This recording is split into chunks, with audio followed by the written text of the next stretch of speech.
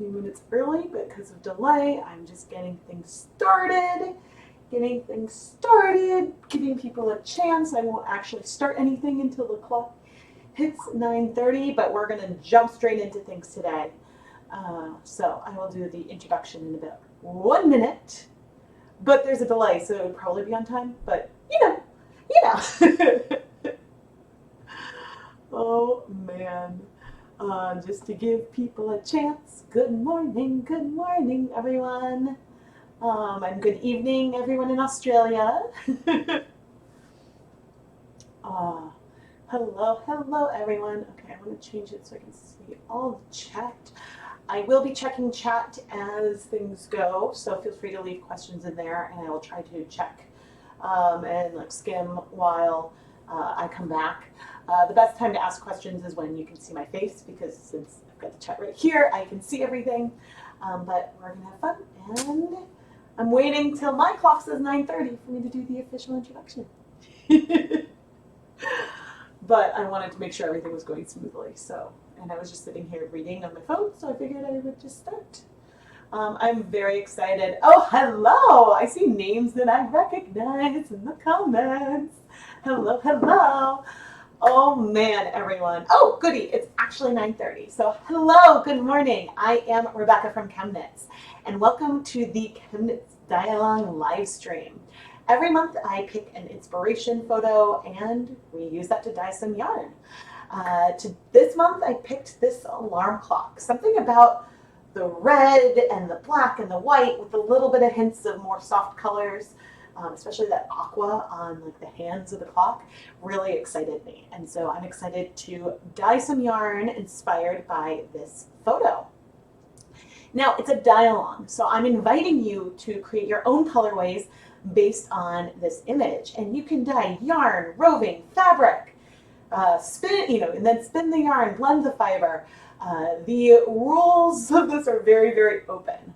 But if you want me to feature the colorways that you create in the recap video that'll be in mid-August, share your photos with me on Instagram using the hashtag ChemKnitsDialong. It's the hashtag you can see down there. Or you can reply to the public Facebook page. This photo is up there, and you can comment with your photo you'd want me to feature on there. A link to that post should be in the video description, so that way you can find that. But the goal of this is to show that a bunch of people looking at one photo can be inspired by different aspects of the photo and pick different techniques. And sometimes they might create similar colorways, sometimes different. So you're welcome to copy me and my techniques. I invite you and I share my techniques so you can experiment and play along with it. But you're also welcome to do your own. I'll be using acid dyes today, but you can use food coloring, fiber reactive dyes, RIT, whatever you would like. And so, yeah, it's really, really fun. And I look forward to seeing what you all create. And oh my goodness, so many of you participated in June. I went through last night and I was pulling all the photos from Facebook and Instagram, and you guys created some magic. There were even some knit swatches to share, and I pulled all that I could to put in the video. If I missed your post, my apologies. There were a lot, and I was doing my best to keep everything sorted. So I feel like the amount of pictures I grabbed this month is I probably wouldn't be able to handle pulling too many more, but my goal is to do a wide range of beginner and advanced and everything, just to showcase all the beauty. Good morning, everyone. Good morning. All right, we are going to hop into things. I'm trying to think if there are any other announcements or anything, but subscribe, turn on notifications, you know the drill. I do have some affiliate links in the video description to knit picks. I'll be using knit picks Fairy Yarn today. I also have linked, I'm not going to dye this one first, and if there's time, maybe we'll dye it, but check out this skein. This is a sample of Zebra Highland Worsted from Wool to Dye For. I don't have an affiliate link or anything with them, but I did link this base in the video description. This is a 2-ply yarn, and some of the plies are gray and black, and I think that I just want to make a tonal red over this. it's sort of hard to like decide exactly what I want to do, but this base also is available in fingering weight. And when I fill up one of my like soak pans, then I'll go and soak this. But I just wanted to show it off because it feels like it goes really, really well with this clock. Good morning, everyone. Okay, let's get started. I've got a few things I want to start. And I guess first I will make Clocky small, pop her or him or them down there, and I'll make my face go away.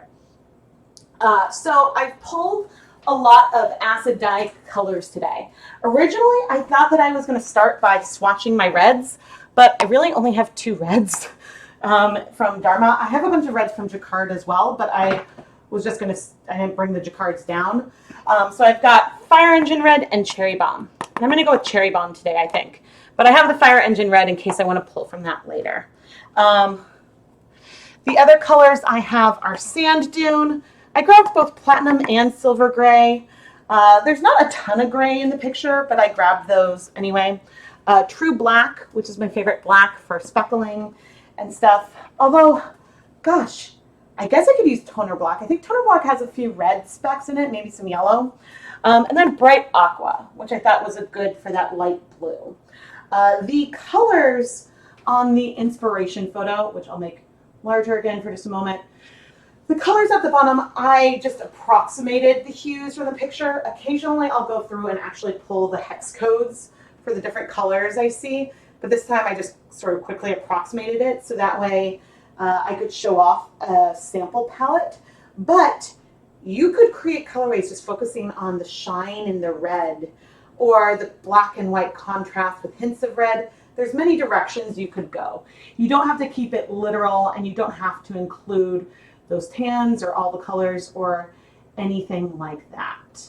All right, so, and I did take some notes because we're hitting the ground running. Okay, so I started off by weighing out, oh goodness, okay, here I have 16 cups of water, and in here I have 24 cups of water. So right here I measured out, and move you further up. In this cup I measured out 6 grams of Cherry Bomb and sort of dissolved it mostly in some warm water. It is not perfectly dissolved, and in fact I'm seeing some clumps there right now, and I think I'm going to get some warm tap water to help rinse out what's left in this cup.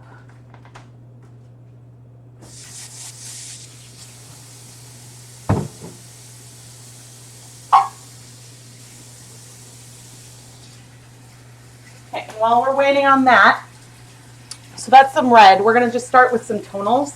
In this black, I dissolve, again, approximately 8 grams of True Black. And in each of these pots, I am going to dye 400 grams of yarn so we can get some tonals. And the black actually did a bit better. I'm going to come back in with the red. I know you can't see all the way into the black.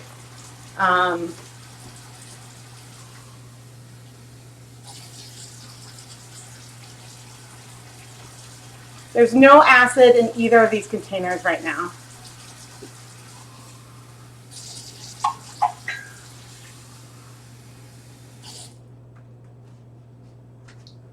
No acid at all. So with 400 grams of yarn, with 6 grams of dye, that is about 1.5 grams of dye per 100 grams, which is a 1.5% depth of shade. And then with the black, with 8 grams of dye per 400 grams of yarn, that would be 2%. So not the deepest black, but a nice black. And things may not be perfectly dissolved. We are going to get tonal, even though we're starting cool with no acid, it will still be tonal. I just want reasonable coverage of the colors on this yarn. And I'm doing this because I think that these tonals will go really well with whatever else we create today. Okay. And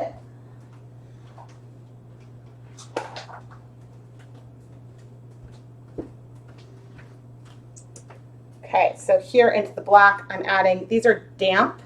I pre-soaked the yarn and then I spun out some water, which may have been a mistake, but so maybe it's a little bit drier. Oh no, I guess it's fine. So here in the black, I'm adding 200 grams of, and I should have moved this forward, my apologies. In the black, I'm adding 200 grams of Swish Decay and 200 grams of Stroll fingering weight yarn. And hopefully I did not splash that too badly. Trying to check my dress. It's hard because I'm wearing black and white. But yeah, I think when I put this through the spin dry, I think I did it a tad long. But doing it this way will give us slightly more of a semi-solid versus if I added the yarn to the pot when it was hot, then we would see less variation in the color as a whole. But the red pot is going to be more crowded than the black because there is less liquid. Okay. And then we'll go on and make some more multicolored colorways, but I wanted to get these started. And, oh, I need to get the yarn for our red pot. And I don't know if I mentioned. So Stroll fingering weight yarn is 75% superwash merino, 25% nylon, and Swish is just 100% superwash merino. But yeah, one reason why I removed a lot of the excess liquid, or maybe a little too much, was just because it, and yep, there are some chunks in here that I can see. One reason why I removed that excess liquid was just to make it easier for me to then put the yarn in, and I will come and press this down. The goal is to avoid white patches if possible, but I don't mind if the color itself is patchy. But I'm going to go get a spoon or something to push it down.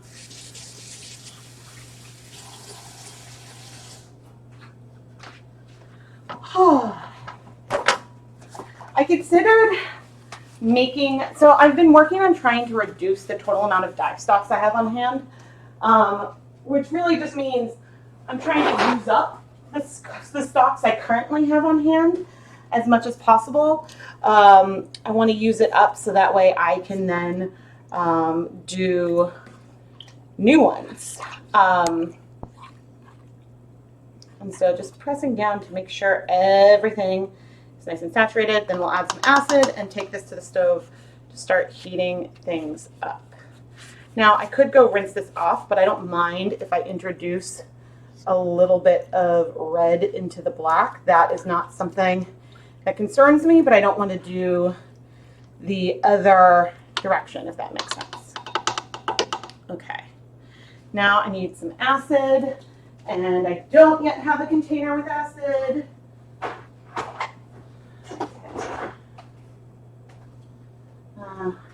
And I'll pop back in and chat once I get these on the stove. Okay, so I made myself a nice cup of vinegar, and if I were my tablespoon,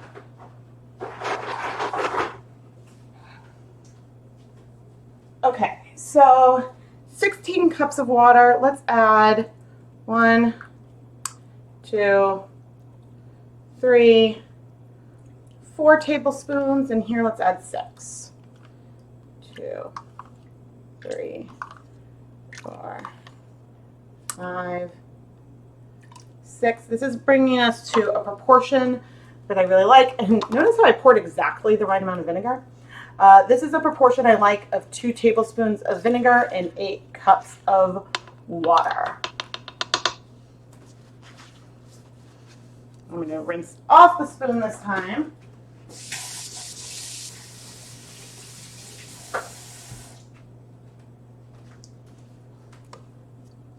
And this bit of pressing is just to not stir too much necessarily, but to help distribute that acid. Just a little bit. Okay, to the sink we go. And then I'm gonna move these pots over to the stove. Who's gonna go in back? Because the red will go in back.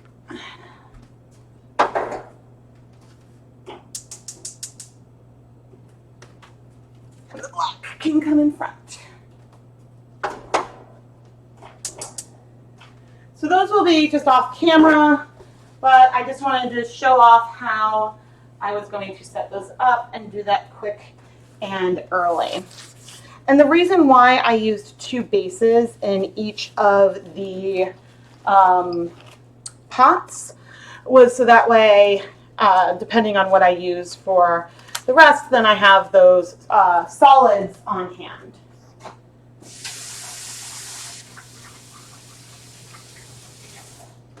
So I started talking about how I'm trying to reduce the amount of stocks that I have on hand. And this isn't because I don't want to have stock solutions. And my face. This isn't because I don't want stock solutions. This is because I have a lot of stocks of random colors I don't use a lot. And so I want to use those up and then repopulate the stocks of colors that, you know, if I had already the red and black on hand, then there's some colorways that I could have done or maybe would have done today. And I could have mixed up some, but I have like dregs of a black left and dregs of, I mean, I think it was the fire engine red that I had left over from a while ago. That in the roving video recently, I was like, that it was behaving oddly. Which I'm pretty sure that was just fire engine red. So yeah, and then I started freaking out because of the time constraint. And one of the reasons why I was freaking out is that last night I had sketched this. And I was like, ooh, I have all these ideas for colorways. And like, we could do like a full on like, you know, mix and match fade and do a bunch of different varieties. And then I was like, we're about to take a step back. Because I don't have infinite time. But I mean, there's a lot that you can do with the 6 colors that I have pulled out of this image and showed over below. All right, and I'm going to check the chat if you guys have any questions. Yes, it's always good to have tonals. Do acid dyes work on acrylic yarn? No. So acid dyes and food coloring need a protein-based fiber to work. So wool and superwash wool work really well. They also work great on silk and alpaca, angora, mohair, any animal fibers that you can really think of. Acid dyes also work well on nylon because nylon is a polyamide, which is the same as the backbone of protein fibers. And so it will work on nylon, but not like acrylic or polyester or cotton and other cellulose fibers from plants. I don't see, can I turn on timestamps? Toggle timestamps. That helps me. Yes, and feel free to, oh my goodness, you have watched all of my videos. That's a lot. Well done for watching all of them. I suppose I've technically watched all of them too. Oh, happy birthday to Bert. And you guys are from all over. It is wonderful. Yeah, so, you know, in looking at the things I created, there's some techniques that would be easier to do if I had already dyes done in solution. And so I mentioned I don't care if the tonals are patchy, and there are definitely some clumps of the red in there because I didn't like try to dissolve it thoroughly, but like more like just enough so I could get a nice deep red color. So yeah, on here, let's see, techniques I have. You could, you know, dip the ends. I mean, this technique, and this is where, like, this is where I'm waffling. So this technique really has sort of crisp lines. Yeah, there's some blur in the background, but it makes me want like something that isn't quite as soft as what I like to do a lot. But I think I probably will do a colorway going directly from the dye powders. But I've gone back and forth between like, oh, should I mix the powder with citric acid, and things. But I guess the hard thing is like I trying to think about what's going to be left over when I have to stop at about noon today, when the like family will descend back downstairs. So that's what I'm thinking of. What do you use to dye plant-based yarns? You would use fiber-reactive dyes or tie-dye. RIT also works on cotton, so those are some that work. Yeah, it sucks that acid dyes don't work on acrylic because it's so easy to get.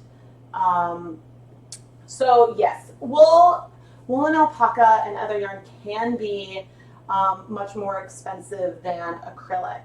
But there are some affordable wool bases out there. It's harder to find natural fibers in like big box retailers. Lion Brand has Fisherman's Wool, which I think for like 233 grams is usually full price, I think $10, which isn't super bad. That yarn does have a bit of lanolin in it, so it absorbs color slower than some others. One reason why I dye a lot of Knit Picks yarn is that since they're a retail-based company, you can buy individual skeins easily to play with. And then you can mix and match them with their, like if you get wool of the Andes, you can then get a pure black or a pure white to go with your colorway. And so I think that it's really accessible for beginners. But other places I source yarn from are Dyer Supplier and Wool to Dye For, both that have more like bulk options. Knit Picks has some bulk options too, but the other two companies I think drive the prices down more if you're going to be buying a lot more yarn.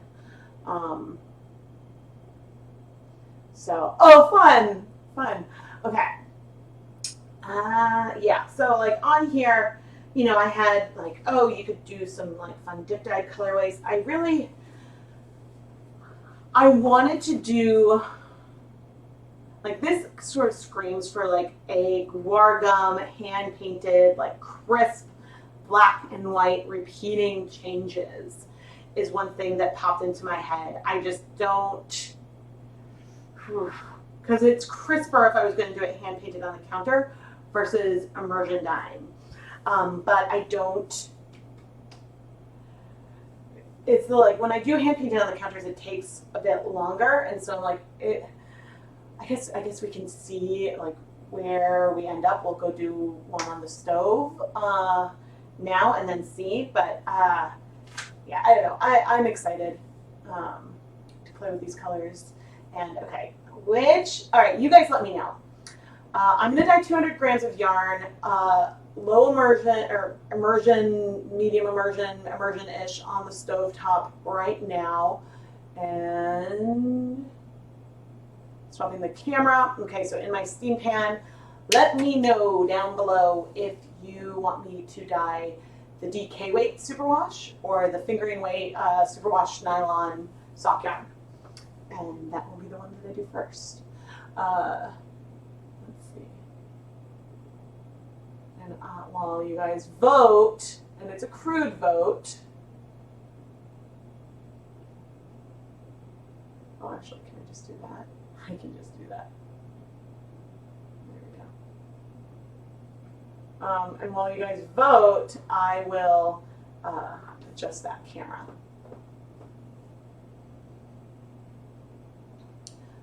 Can you add citric acid to the acid dye powder to make really crisp speckles? Yes, and that is a technique I've done. I've done that technique a number of times thus far. I actually even have a video where I compare adding acid dyes to salt, sugar, and citric acid to look at the speckles because I wanted a citric acid alternative for doing a tutorial speckling on yarn with Stellina where you don't want the acid to go too high. But yes, that is something I do, and I have another video actually in the works where I'm going to do some powder mixed with citric acid speckles. And that's something that I might do today. I just really didn't want leftover dye powder like out and about. Okay. DK.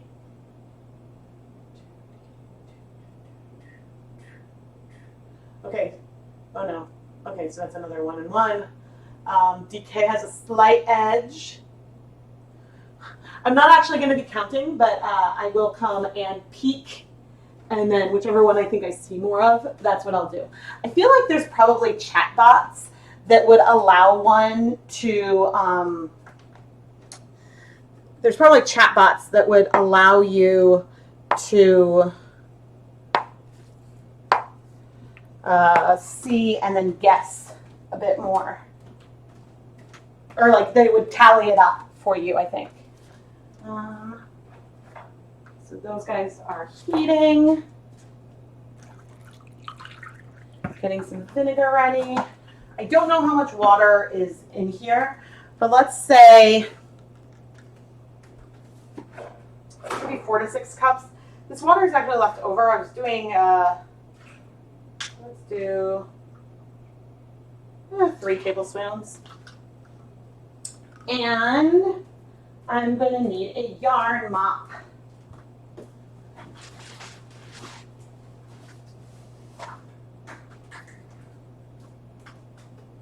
And I need a zip tie.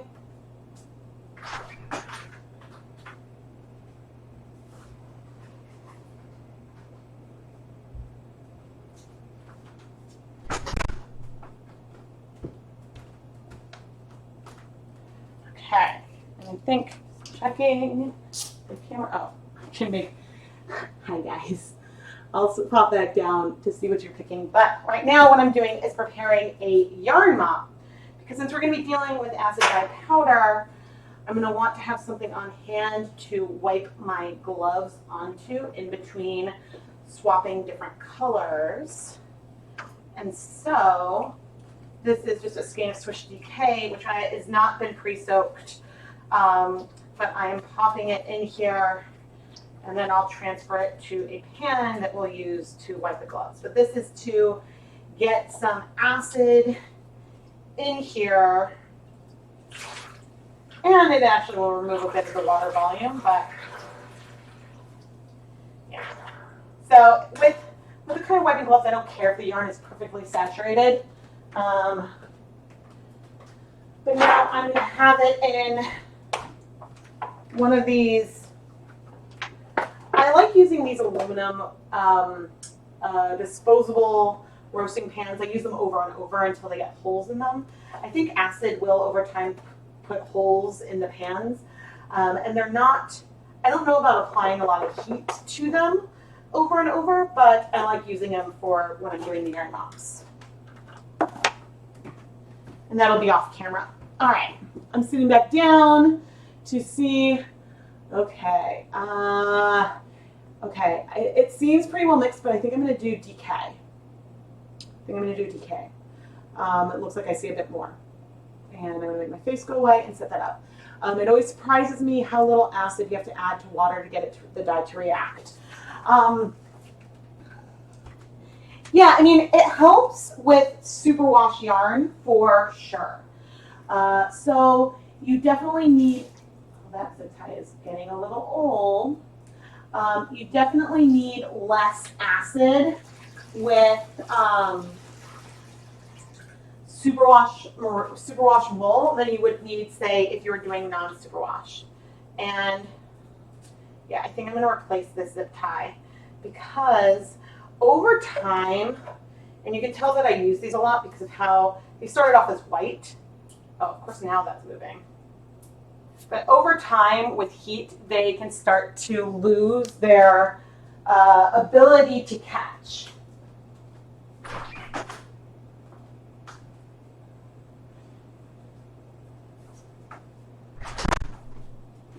And so, yeah, because they start off straight, and you can see that the heat makes them sort of curved. And when I'm doing stuff in these pots and I want to be able to pick up the yarn, I don't want it to unslip. Oh, both of them need to be replaced? Okay, I guess it's fine. Okay. We are going to add the yarn, sort of move it out. So we're at a good lowish. There's plenty of water in here, so we're not going to risk anything drying out. I experienced yarn drying out for the first time recently. Thankfully, it didn't, and I'm turning on the heat now, thankfully it didn't hurt the yarn at all. But yeah, so my plan is to add, not a ton, but to add some aqua, sand dune, and I think platinum to here. And then we'll come in and add some red and black around it. But I want to start with the palest colors. And then I can always add more of them if I cover it up. But maybe that'll help me keep some restraint and keep some white in here. So this is going to be much more abstract. And I suppose if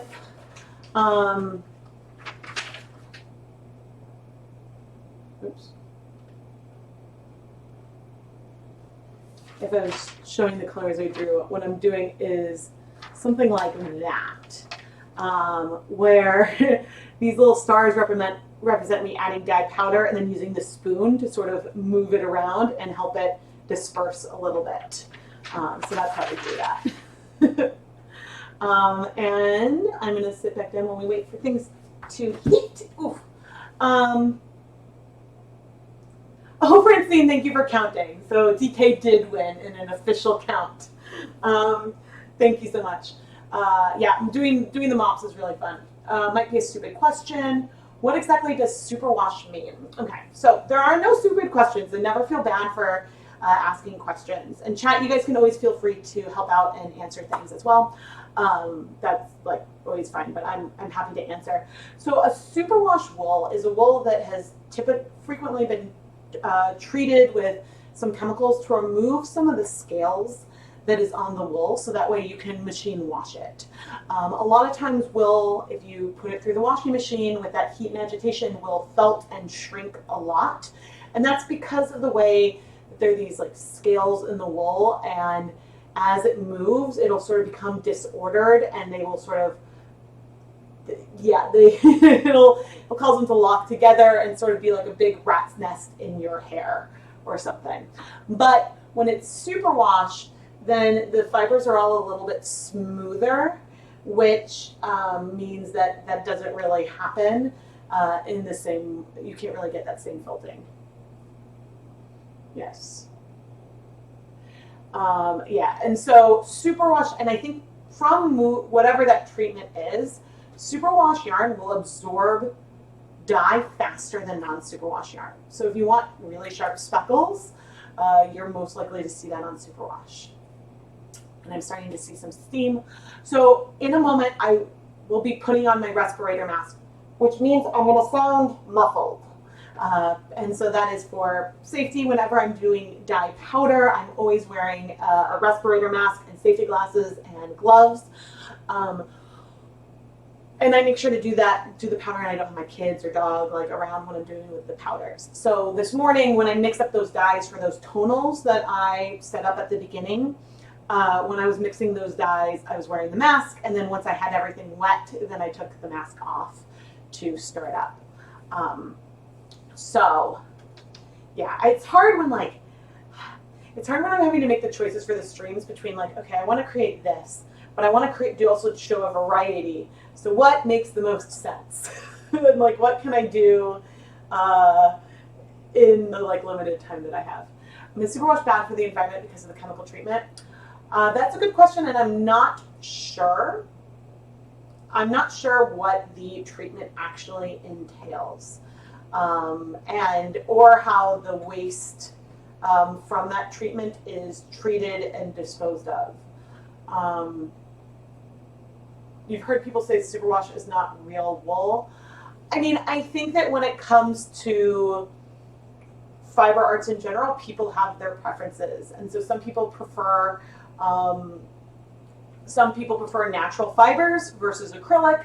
Some people prefer superwash because you can then wash it after the fact, whereas other people prefer non-superwash and to deal with unbleached, more natural colors overall. I think that there is like a wide range, but even though it's been treated, it's still, in my opinion, superwash wool is still wool. It's just been modified. And so maybe it's like, I don't know, maybe it would be like saying like, oh, like a, um, trying to think of like a food example.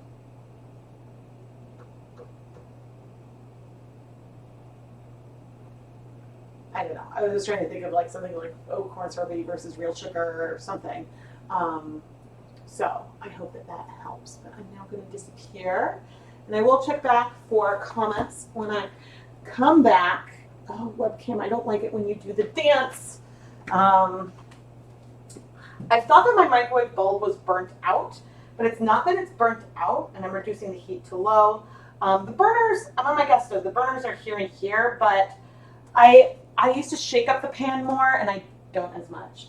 But I thought that it was just that the microwave light bulb was burnt out, but it's actually just broken. And every once in a while, it'll randomly turn on and terrify me. But now this is my respirator mask. It's hard to get your hands on things like this right now, and so people will make the safety choices that they choose. My personal recommendation is if you can't get a decent dust mask of some kind, that maybe it's best to hold off on starting with different techniques involving powders at the moment. But I haven't checked, ooh, that's so pretty. I haven't checked availability of masks yet.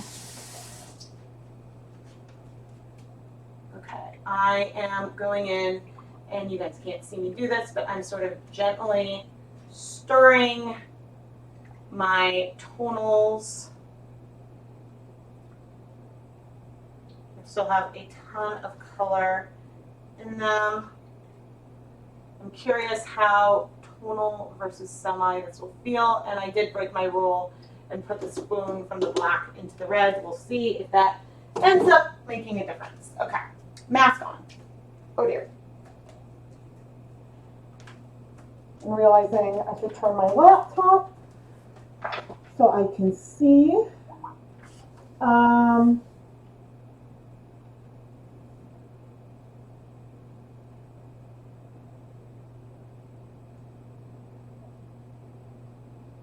Oh, Shauna, unfortunately, I don't think YouTube will let you put any links in the chat. But feel free to give the title of the article that you found, in case that will help. Oh, I wonder.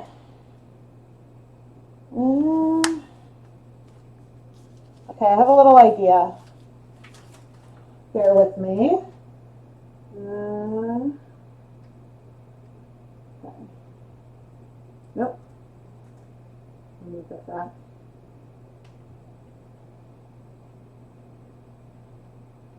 Can I crop you?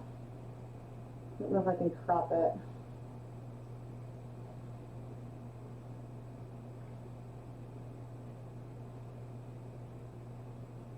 Okay.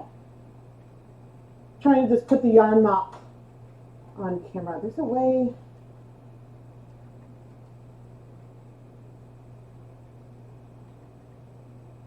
Nope, nope, nope. Go back up, come on. Okay. Transform.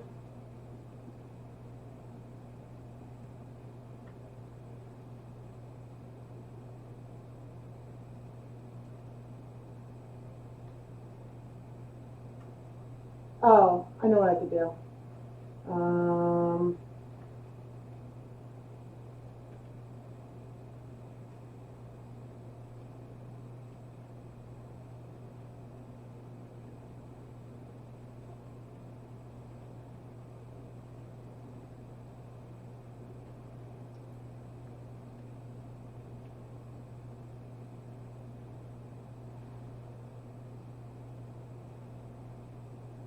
There we go. Now we have a yarn mop cam. I was like, I know there's a way for me to do this. There.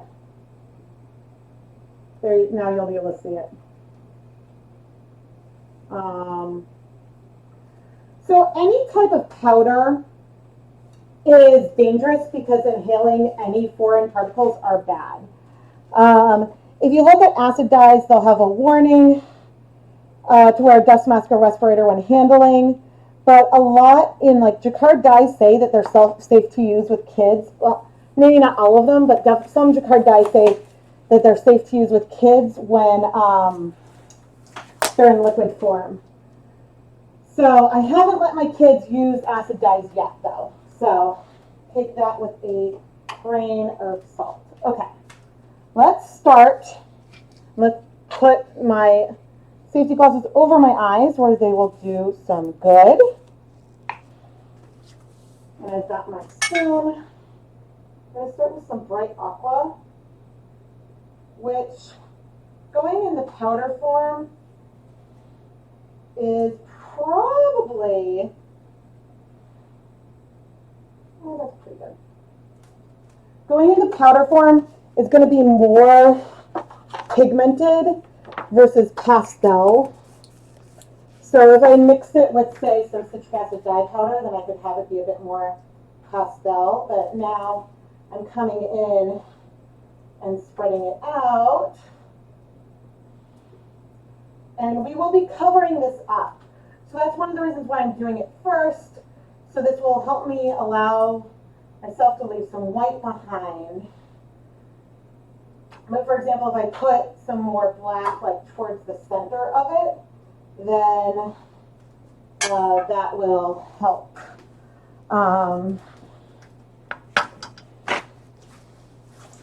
So sometimes I wash and dry my hands. Right now I'm feeling a little, I don't know, lazy-ish. Feels bad, but I'm just drying my hands before going into the next color. This is platinum, which I don't use a lot.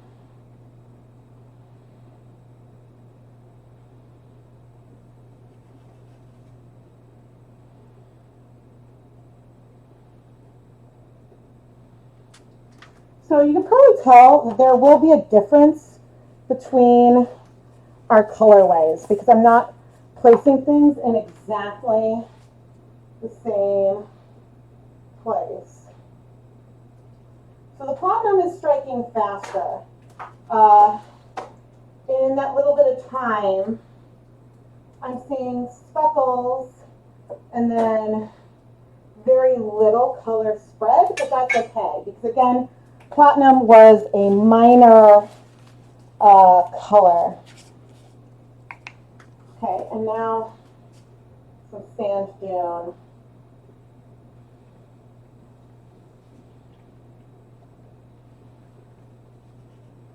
And even bringing some of this on, some of that gray.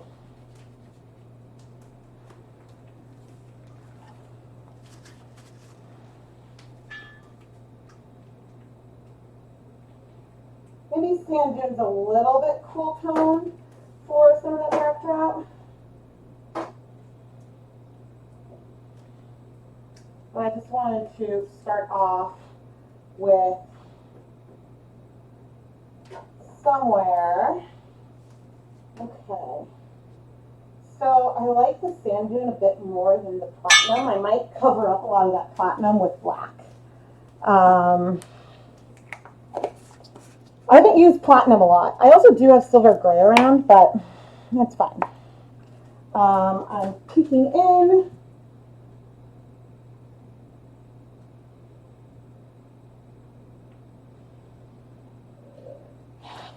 Yeah, so I started off mask-wise, and now, well, we can just even check. Yeah, these colors have basically struck already. Let's do some black first. I started with acid dyes. No, sorry. I started with an N95 mask. That's what I started with in terms of mask use. Before going to this respirator, which has more coverage. So I like the one, and I share photos of it sometimes, but I really like the mask that I am wearing right now, which is a rubber mask, because it gives like a good, sorry guys. I really like this mask that I'm wearing because it gives good, really good coverage. And it has a really tight seal. Okay. And now I'm trying to have a certain amount of restraint, which is not always easy for me. You guys know. And oh, right, we have the like mop cam. I forgot that we had that. Okay, cherry bomb. I love cherry bomb. Let's see.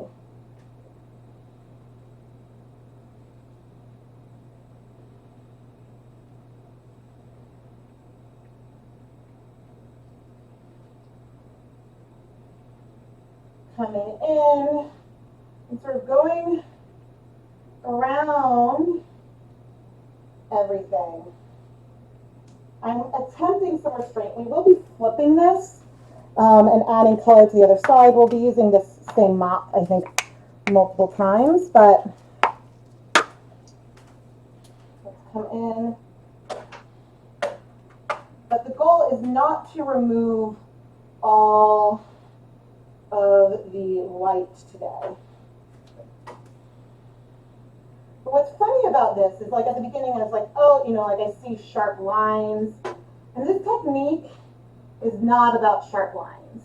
This technique is more abstract, more random, less repeating in terms of the colorway. But I think it is beautiful. Some of the black looks a little more gray in places, but I'm okay with that. I am okay with that.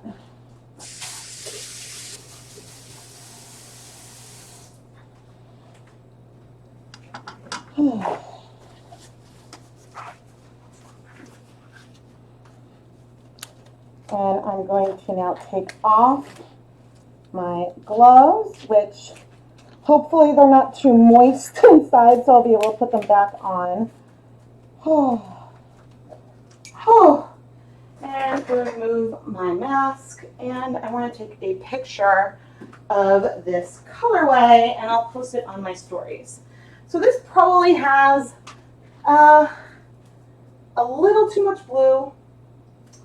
Well, actually, I like it. I mean, I love it as a colorway. The only reason for me being critical at all is just thinking about my sketches, but I actually really like this. I think it's really, really pretty. Okay, I'm gonna post it on my Instagram stories. I am just I don't know, make my face come out. I'm just at ChemKnits on Instagram. So, and then I'm live on right now. Cool. Post it to my stories. It's also on my Facebook stories. I'm just ChemKnits on Facebook. Ooh. All right, let's see. Yeah, I'm excited. So this, like, the blue in here is a much bigger representation than what I originally had in my head, but I think either way, the yarn is gorgeous. And so that's the thing. When doing this, and like when I'm picturing pictures to feature in the recap of your yarn, which details about how to be featured are in the description below.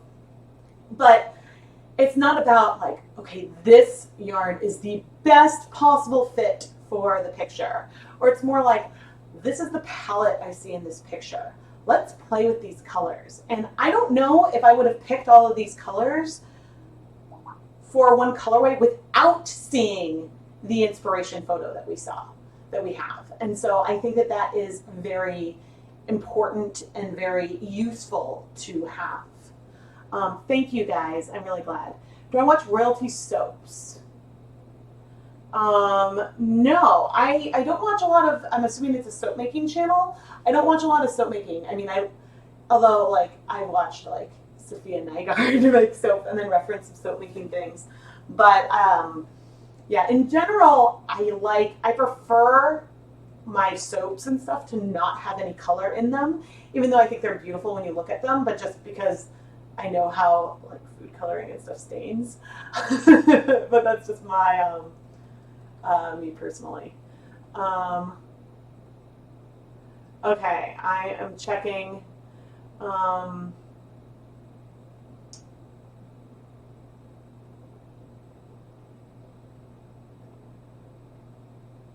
oh yikes! Yeah, lye also terrifies me. I do Keith. Oh gosh, and it was years ago. God, oh man, it was probably like at least 6 or 7 years ago. Keith gave me a little soap making kit with some molds and dyes and scents for Hanukkah, I think. But it's one where you have the like soap that you melt. So it didn't need the lye and to deal with the lye and the oils directly. You like microwave the soap and then you mix in the scent and colors and have molds, which honestly that's something I should probably do with kids at this point because um, that would be pretty fun. Um, okay. Cherry Bomb I don't know if Cherry Bomb is even listed as a primary, but I really like the tone of it. I find that, uh, yeah, I don't know, I like it a bit better than the Fire Engine Red. Maybe because, I don't know, it's like a little bit cooler toned. I feel like that I probably should use a slightly orangier red for this, but Fire Engine Red looked pinker, and so that's why I just like looking at the color swatches. Which I take their swatch poster and I cut it up, and I tape the things on the labels. Little Bean Loves Yarn. Uh, that was her recommendation many years ago. The zebra yarn is beautiful, but they're out of stock. I didn't notice that when I checked earlier. Although I guess I'm not going to try to pull it up. That's too bad if it's out of stock. Oh, right, I forgot about this. Um, so I think it depends. I should go check on my tonals and to see. I definitely want to overdye this with red. The question is whether I do it right now or I do that as a standalone video. Fire Engine is more pink for you. Yeah, it looks Fire Engine Red looks pinkish to me too. Nope. So that's why I have to show you guys my booty while I stand up. Let's rinse that off. Okay, our black is starting to clear. And how is our red doing? There's a lot more tonal. Oh, the red is doing pretty well too. I don't have a timer on their tonals or anything, but I thought it would be fun to make some tonals that will go with like this and then can be mixed in a fun way. Oh, I should set a timer for this though so I can flip. Let's wait 5 more minutes. I have a feeling. Now today I don't want to flip too soon. Yeah, there's still some red. So we might even wait a tiny bit longer because if I flip too soon, then we'll start to get a pink wash over everything. But some areas, like that is cleared. This hasn't because that is more pigmented. And so what I'm doing by shimmying is trying to not only give the dyes access to more water, but give it access to a bit more yarn beneath the surface.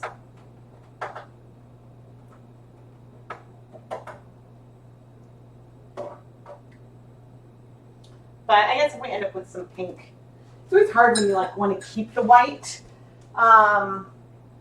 Okay, so there's that, and I can talk about some of the other ideas that I had.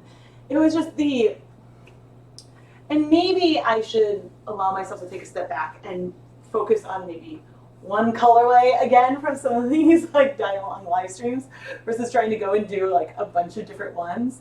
I think like I love doing so much variety and playing with different techniques of one theme, but with the more time constraints that I have these days, I need to like dial myself back a little bit.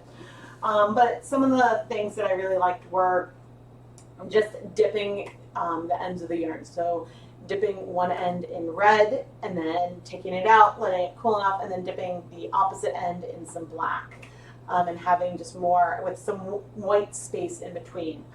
That was one idea. There were various speckled type colorways. This does have some speckles to it, but it's mostly not just speckled. And then there's, doing various end dips with speckles all over it, and things like that. So, yeah, my little sketches, which of course I didn't do in my notebook because I wanted to be able to show it easily. You're gonna do natural dyeing tomorrow. That's awesome. Oh, it is a little bit like a bomb pop. Those are one of my favorite types of popsicles to eat. You did your rainbow with fire engine, and it was actually super deep and no pink hues. Oh, awesome.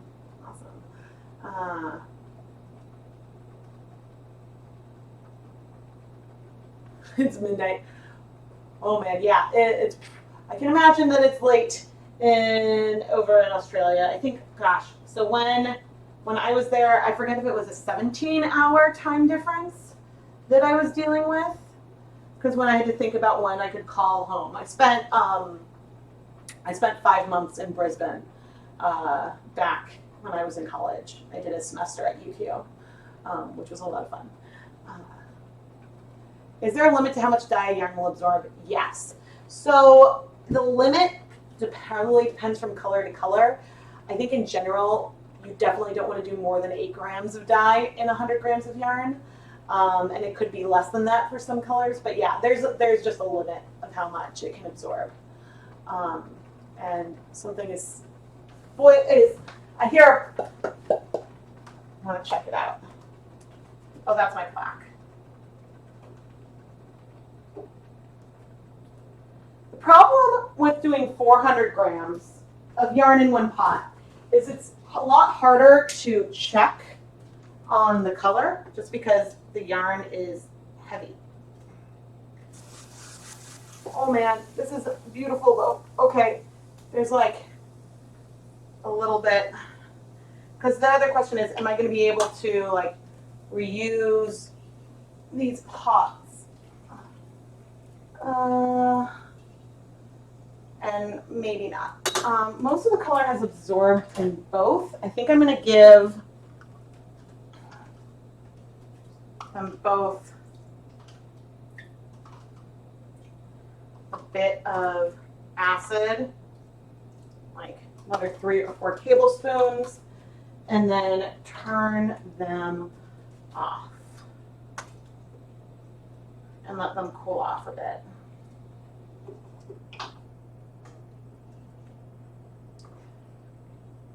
But yeah, the other thing in these streams I have to think about is like, okay, how can I most efficiently use burner space on the stove and everything like that?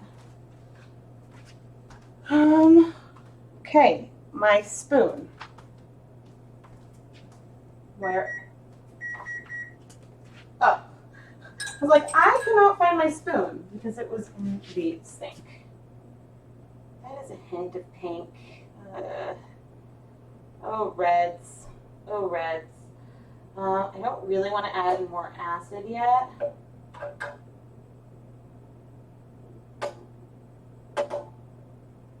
Stir up.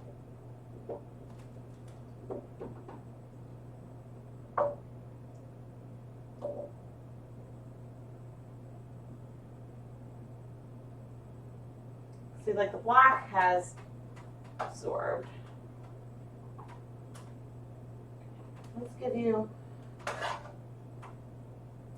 yeah, it's really just those reds. Okay, let's give you another 7 minutes. Don't want to rush it. So the yarn mop that I have, which hopefully I didn't move it. No, not really. The yarn mop will, I will steam set, at the end of all of this. And, I'm trying to think of what I want to do.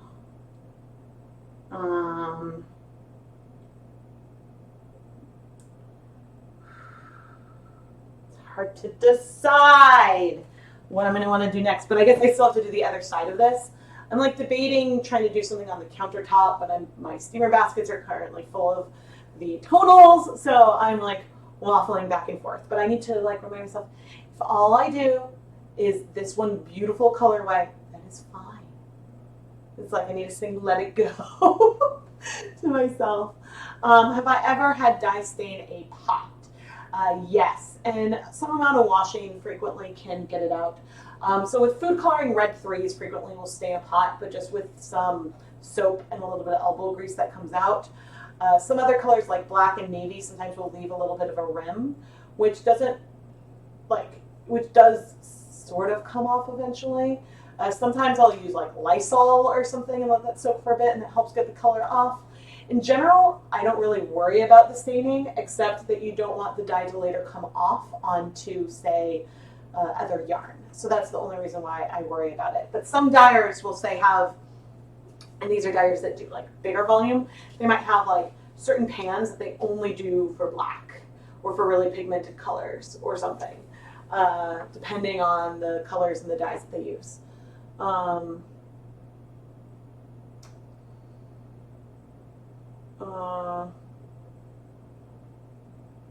What you said about using your stocks, it's such a good idea. Lots of stocks give you freedom to explore and limitation.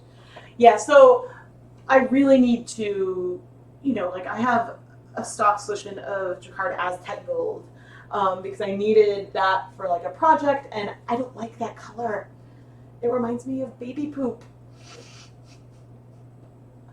Which I'm sure it mixes with other colors and it's good for mixing and things like that, but I have a lot of it. And so that's something that's on my, like, I want to use this up. And then I have some dregs of other colors. So I'll probably have like a mega leave no dye behind time lapse kind of thing again. I'm not sure. I needed to figure out what I'm filming this afternoon, but that is certainly a candidate for what I might do this afternoon to then make space. Because if I had or was gonna make to store black and red dye stocks to like store and have, then like I would probably do a hand painted on the colorway on the countertop, no problem. Which I could go and just mix dye and do that, which maybe that's what I should do. Yeah, I think there's enough time that maybe that is reasonable. But yeah, it's always like, okay, the containers and how much, and there's always just like this balancing act that I'm thinking about. But yeah, I think that maybe that's what I'll do because I have a feeling that this one on the stove is going to take a while. Magic Eraser is really good as well. Good night, Australian friends. There are a bunch of you. You're about to ask to create custom colors. Yeah, you can mix colors. So I like using pre-mixed colors because I like dealing directly from the dye powders. Like this type of technique, which believe it or not has some restraint coming from me because a lot of times I'll keep going. So like pigmentation, but I'm trying to keep a little bit of white.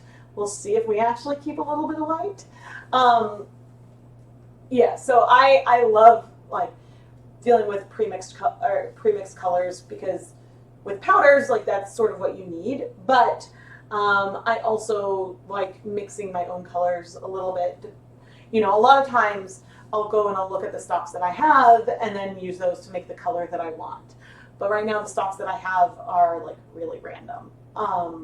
And the issue is that I have limited space to store stock solutions. And so that's why I am trying to use up some of these that I have that I don't want to keep, so that in favor of then having the colors that I want to use, which would be like a red, a blue, like a more turquoisey blue, a black, having those like a pink, having those ready so then I can use them.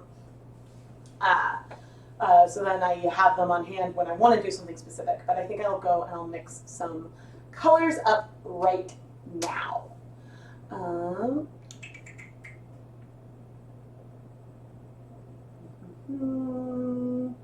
Ew.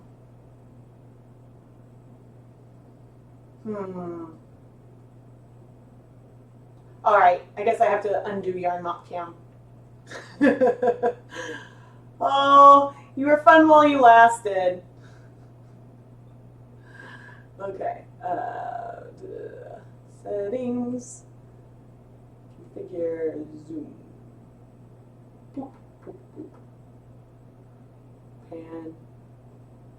Then zoom back out. And oh no, I guess I don't need to tilt.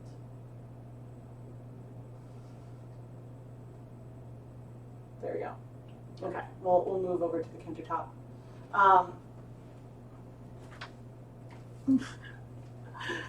Okay.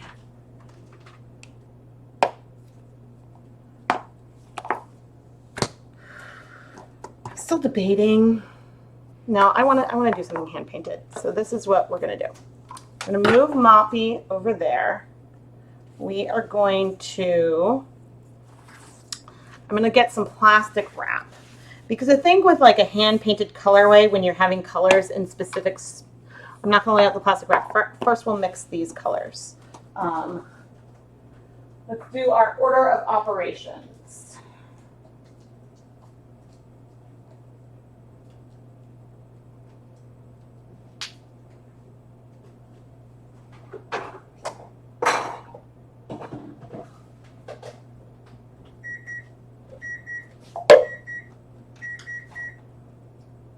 I'm going to mix colors, so I'm going to let that other guy sit.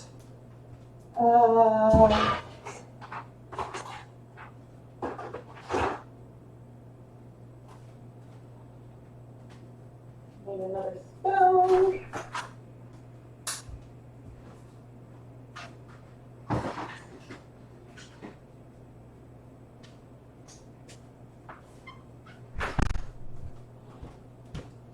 I don't have a spoon. Okay, we are going to do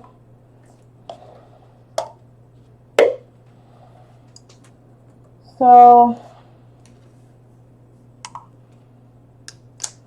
I think I only want, because I don't think I want this to be super pigmented. And I'm only measuring at the dye, so then we can determine approximately the concentration. Okay, so for black, 500 ml container, let's do 2 grams. Oops.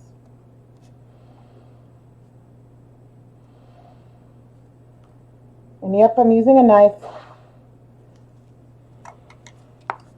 The thing with using a clean container is then you can take back out 2 grams. 2 grams of black.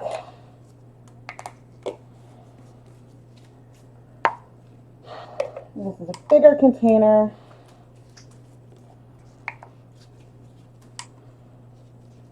Let's do 3 grams. Approximately, oh, exactly, 3 grams of red. So one reason why I'm just weighing it out is because if I knew I was going to use up all the color, I would just do it non-specifically. But I don't know that. So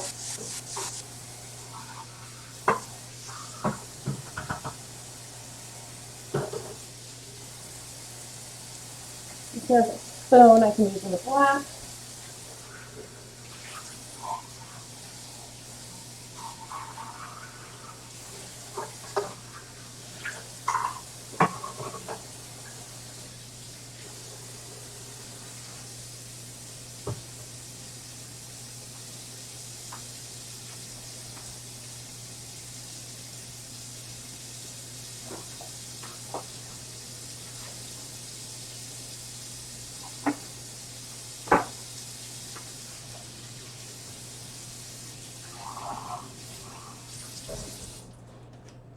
I'm not going to worry a ton about the volume.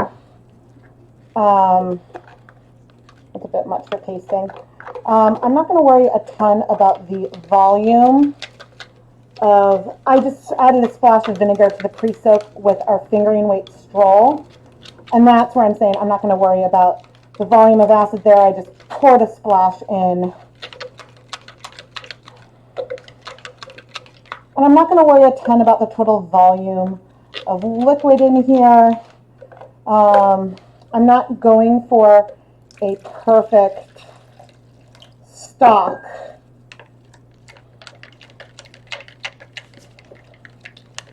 Or anything like that.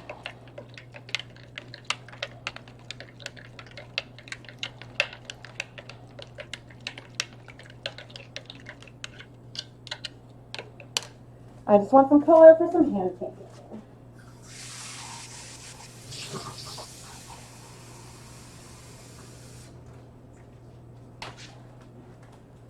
Now the black, if I add too little liquid when going to paste it, it really like clumps, and then that's a bit of a pain. So I add a bit more to that starting out.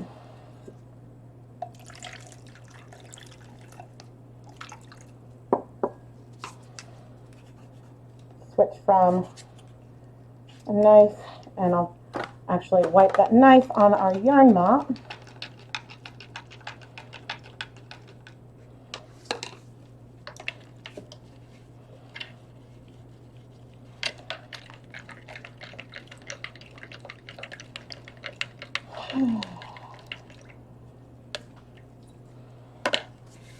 So let's see.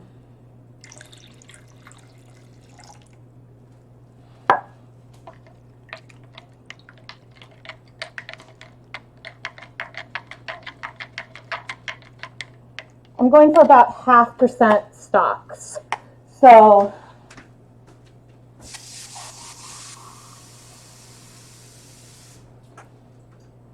I'm crudely dissolving the red into 600 milliliters of water and the black into, I think, about 400.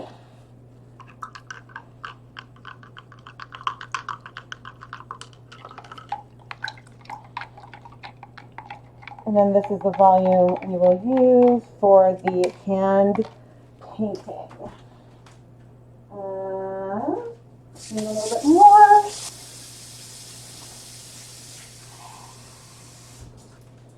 And I could remove my mask, but I'm not yet. Okay.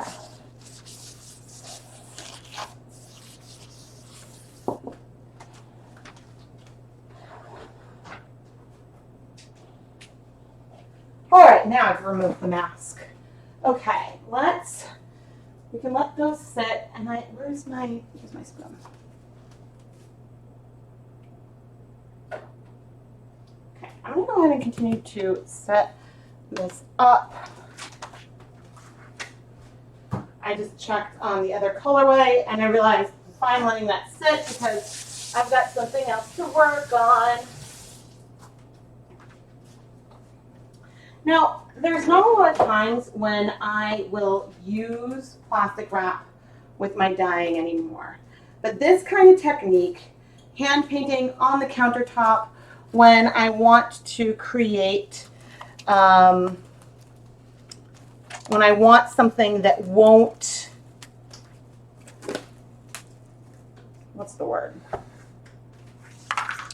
When the goal is to create a colorway, and I don't want, and it's less random, and so I don't want, say, the red and the black to like move around very much and bleed into each other, that's when I will use plastic wrap.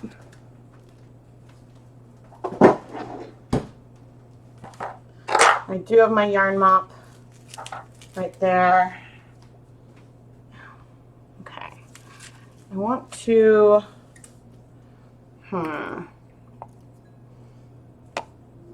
stacking those powders up. Okay. Let me see. Checking to see if there's any questions.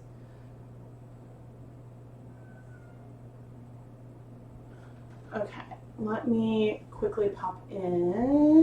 Hi. Okay, so I saw some questions. Oh,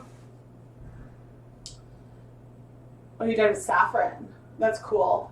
That's really cool.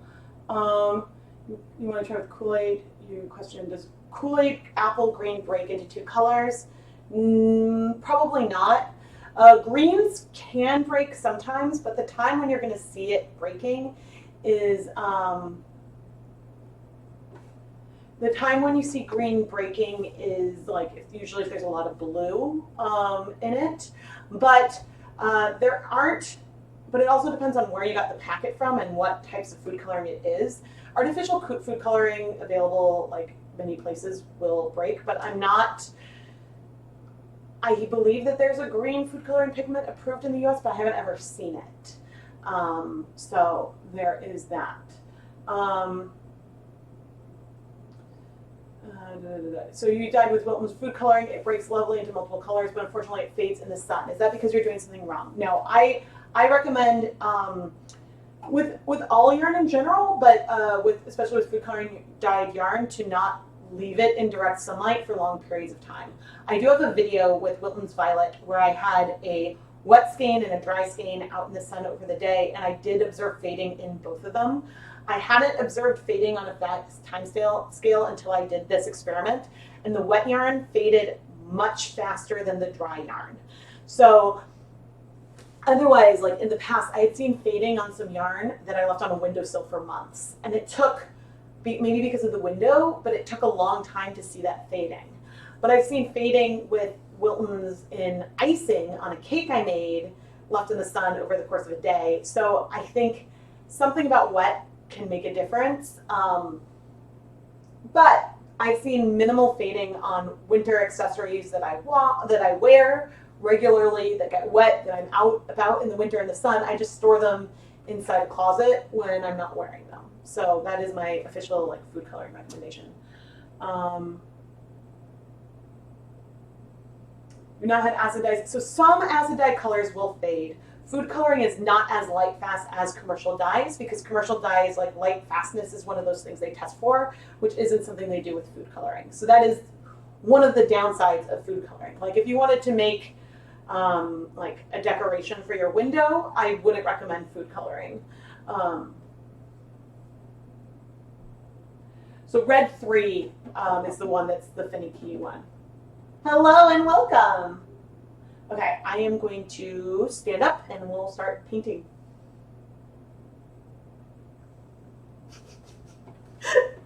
Sometimes I just see my face on the screen and I crack up. I think I want my foam brushes.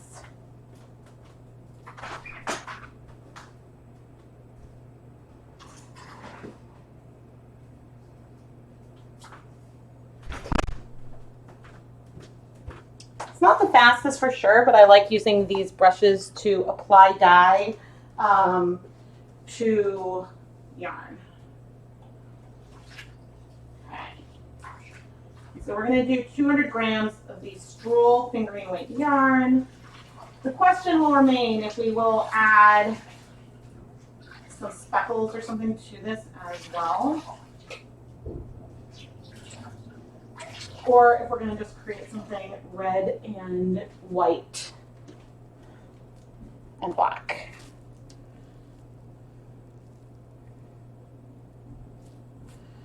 Okay.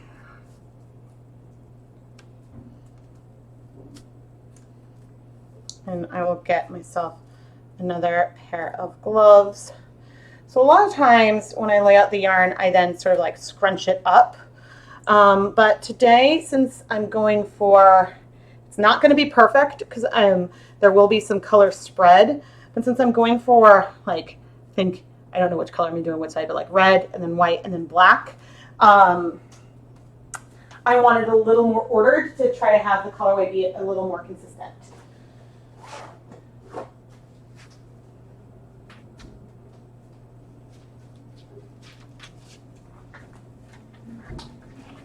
And maybe I just will leave this one really, really clean. So this is something that I could do low immersion as well. It's just when the yarn is, wetter the yarn is already, when you add the dye, the more it could spread. And by doing something like this, I have, even though there will be some spread, I have an amount of control over the placement of the color and my ability to have a little more consistency between the two colorways. It's not going to be perfect, but it will be pretty good. And again, I mixed this dye to be about 0.5% stock solution.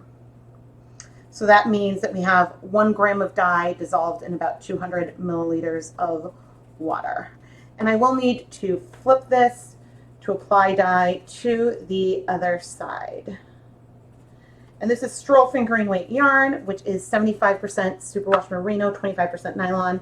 I have my Knit Picks affiliate link in the video description. So with Knit Picks, I buy all of the yarn that I use myself, but I have my affiliate links mean that if you go and shop with them and buy something from them, then I do get a commission on that. So that is that. And so you can see, hopefully I have the camera up okay, but you can see that there is some wicking in that red. And I am totally blocking it right now. So you can see that there is some wicking here because the color is just sort of being drawn out. And that, I mean, that is fine. It's not like that's a problem or anything. I'm going to extend this a little bit. And I'm thinking I'm going to keep this clean. And maybe I'll need to go and soak. Hopefully I can remember which pan had the vinegar in it. But I'll need to soak some more. So maybe we'll do like a set of this that is very like clean and crisp. And then maybe we'll do another one that we'll go and add speckles to. As I try my best not to drip.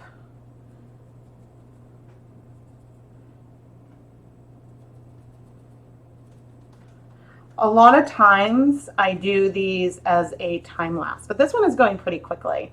It doesn't always go quickly, which is why I sometimes turn them into more of a time lapse. And I'm afraid that I'm probably blocking your view a little bit. Now, this isn't going all the way through. So again, I will have to come and add pigment to the other side. But I am really liking this. This is, again, not something I do very much at all.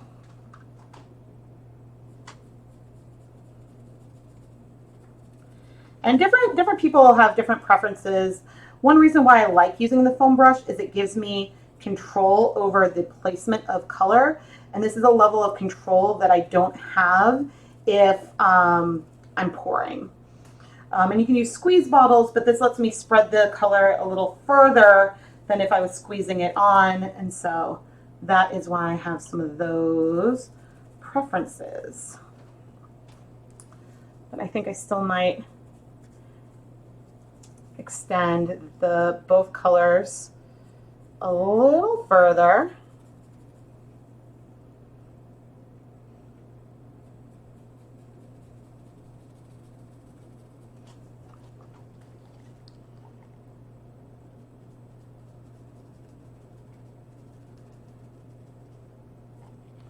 And again, none of this is going to be perfect.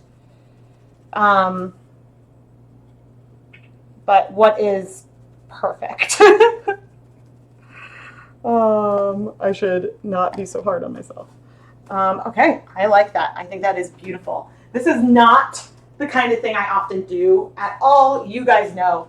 I tend to be more random, but I think that's also not just because of the technique. I think that because that's the type of yarn I like to create and use. And I'm going to be very careful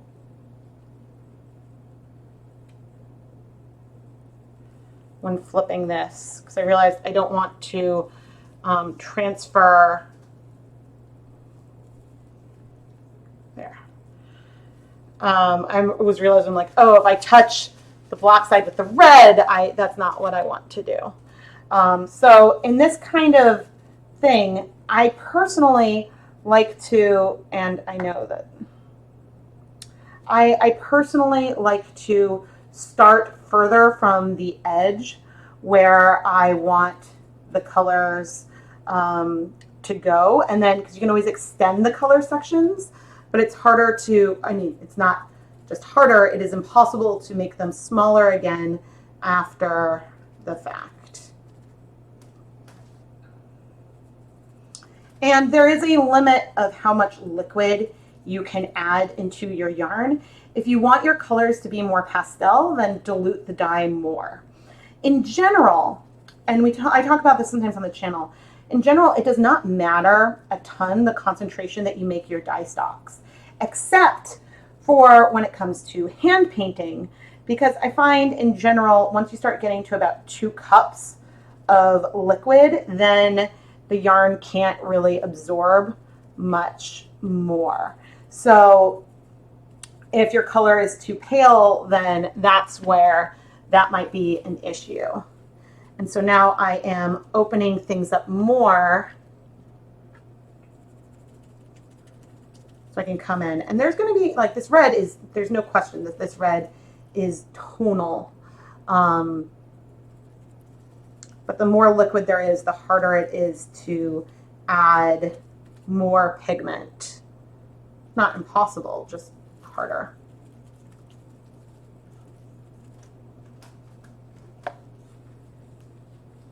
Yeah, and around ties is where, trying to be very careful with drips, is where you most will need to add more color. And again, I didn't measure the amount of acid that I put in, but don't forget that superwash yarn does absorb color faster. It's easier to, with less acid, to get more even color coverage. But I like mottled variation. Okay.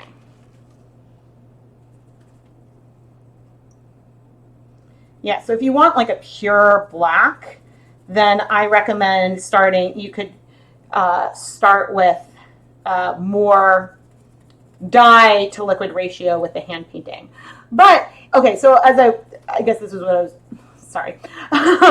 If I want to do a tonal yarn, and I have 5 grams of dye that I want to put in the pot, and that's all going to go in the yarn. It doesn't matter if I dissolve those 5 grams in 100 milliliters or 1,000 milliliters, because the amount of tonal variation that you see in the yarn might vary.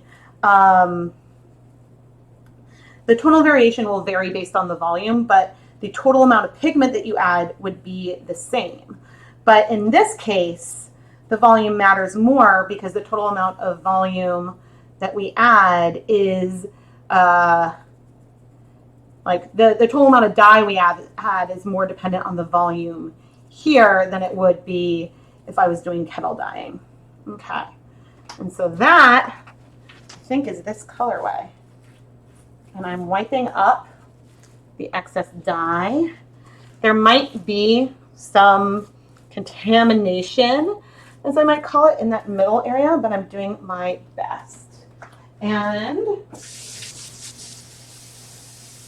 what I'm going to do now, after I wash off my gloves, and I'll come check back on the chat in a moment, but I'm going to try to remove some of my tonals from one of those pots.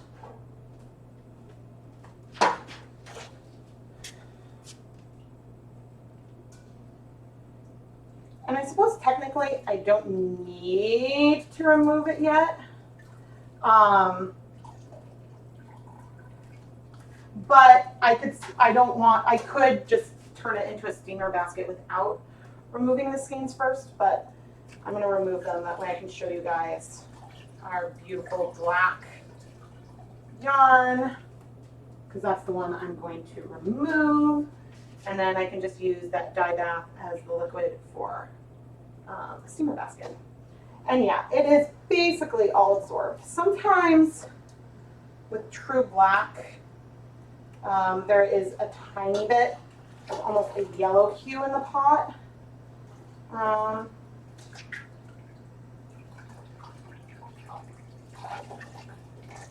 But I'll show you the yarn in a moment. I'm just getting the steamer basket set up. And this is the basket that I use. Turn the pot back on. Okay, and now we're gonna wrap this up. And this is why we're using the plastic wrap. By wrapping the yarn,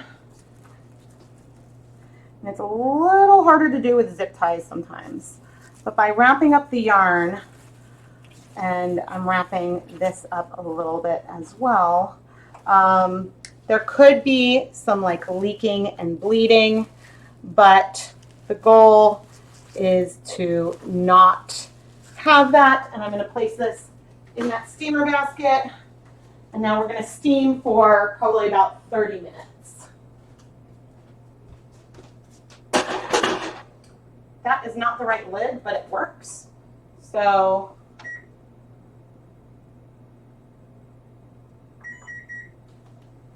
we're going to just let that be the lid. And we'll set up the counter again in a moment. I'll come check the chat briefly. Oh, I wanted to pre-soak some more yarn. Okay, the color has mostly absorbed on our low immersion pre-soak yarn.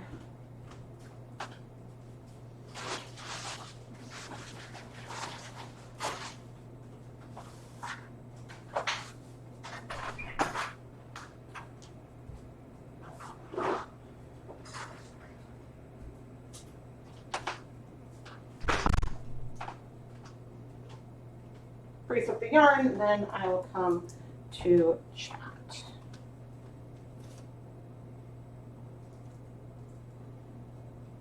Oh no, I dropped it before I could add the zip tie. And this time the pre-soak is going to be more of a pre-wet. I don't think I'm going to pre-soak it for that long.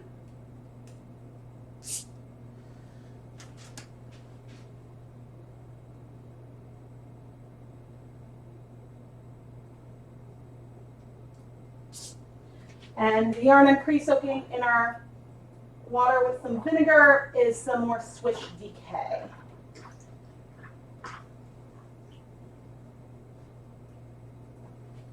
Okay.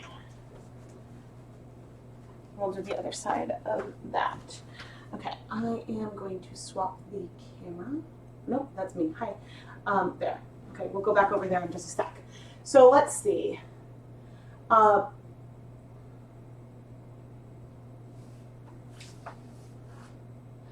If you don't like, and I'm sure I'm going to miss some questions. If you don't like the vinegar smell, then I recommend citric acid. It is fairly odorless. Yes, all yarn will fade in the sun. So yes, for hand painting, I like either using little syringes, sometimes squeeze bottles, or like today, the foam brushes. I found that the foam brushes work really well. But again, it's preference. Just like I like to speckle with my fingertips, other people like to use salt shakers and things like that. Most natural botanical dyes are in general the least color fast of all. Yeah, it definitely depends on the type of natural dye. So like indigo can be very color fast. I think that there's samples of indigo dyed fibers that are like millennia old. Maybe I'm wrong. I don't remember.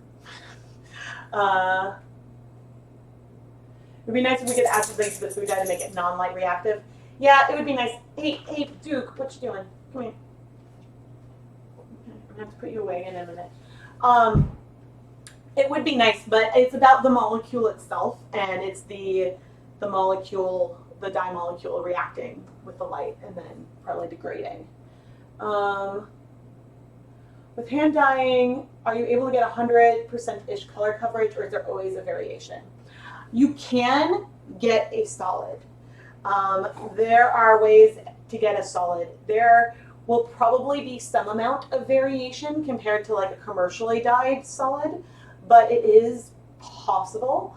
The way to get the most solid is you want as much water as possible, and you want to start cold with no acid. So I would make an extremely well mixed dye stock of the color. Make sure it's really well mixed with no clumps. Have everything cooled off. Add it to a large volume of water, maybe even starting in like a 5-gallon bucket. Add the yarn. You want as big of a water to yarn ratio as possible so the yarn can move around. And then let it sit for a couple hours, cool. Or you can have it outside and let the sun warm it up a bit, but it's going to be cool with no acid. Then remove the yarn, add acid, stir things up, add the yarn back, stir it up, and again, leave it cold for like a day. Leave it cold for a while. So that way you're getting this more even coverage because you're slowing down the rate that the dye can absorb to the yarn. And you're giving the yarn as much access so there's not like resist from it being crammed and kettle dyed in the pot as possible. And so that's the way that I would go about it. I have a few things that have been fairly close-ish to a true solid, but this cool vat technique I think is a way to do it. Ways that you can get more tonal variation would be to start with dry yarn, to have high acid or heat at the beginning, because then you'll get less even striking of the color. Yes. Oh, no worries. Is there a way you can send a photo of something to me? The best way to share a photo with me would be to, I guess, tag me on Instagram if you wanted me to see it. Or I do have a Facebook group, ChemKnits Lab. I don't always see, with everyone home all the time, I don't have as much time at my computer to go through all posts. Yeah, I would say tagging me on Instagram is probably the best way for me to see something. If you buy citric acid, how much do you use compared to vinegar? I don't use citric acid a ton. I think in general, it's the ratio of 12 to 1, 8 to 1. I forget the ratio between citric acid and vinegar. Like a tablespoon of citric acid is much, much, much, much more concentrated acid-wise than a tablespoon of vinegar. So that's something to keep in mind. You don't, like, if I use a tablespoon of vinegar, you use way less. I forget if it's like a quarter teaspoon. You use a lot less citric acid. Scritches to Indy. My pleasure. All right, let's get back to this colorway, which I've been very patient. There might, oh dear. I did not almost fall over. There might still be a hint of color in the pinks, but I am going to go for it, and we're going to flip. Oh, and I can show you all. Here's our tonal black, which is probably more semi-solid than tonal, but I don't know if once it's dry, I'll be able to see how tonal it is. But it's looking fairly solid at the moment. Okay, there are maybe a little bits of pink that I'm gonna flip. And since it's okay that there's white, I'm not gonna add very much color to this other side at all. Whew, just a hint. You can see that color came through. This is actually pretty good, but I do want to add a little bit of red, a little bit of black, and maybe a little bit of sand dune. But that is pretty good. And what I'm talking about pretty good is that the colors penetrated really well. Okay, so I'm going to want cherry bomb, sand dune, and true black. I'm going to put my mask back on and my safety glasses, and I'm already wearing gloves. I know we don't have Yarn Mop camera anymore, but Yarn Mop is still doing well, doing her thing. Get some sand down.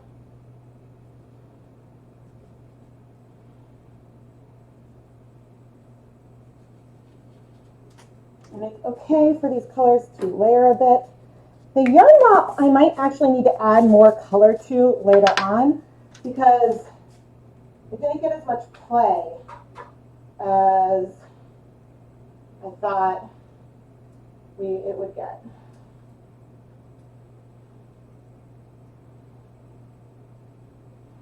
Okay, just a bit of sand dune.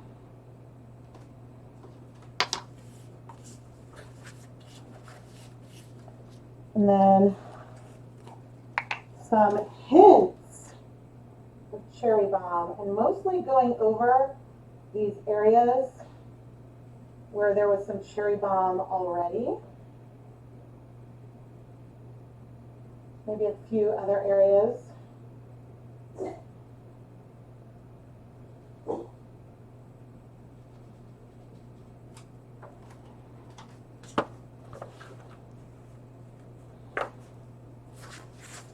And I'm going to come in with my spoon.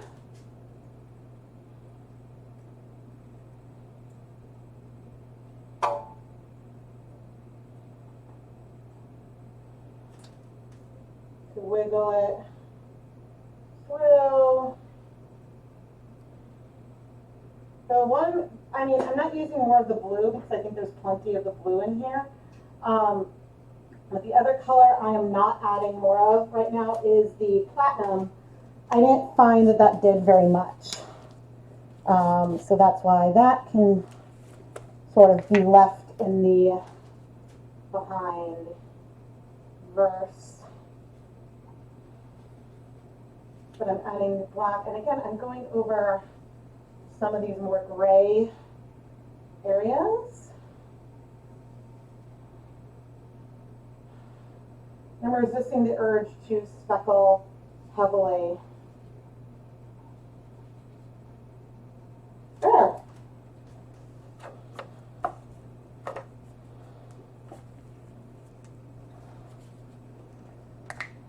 Okay.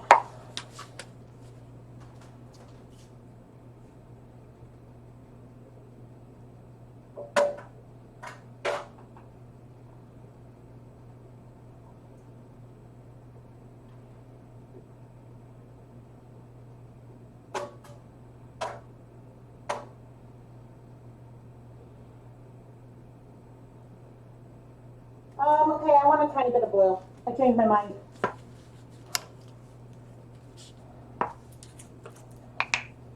But only a little bit.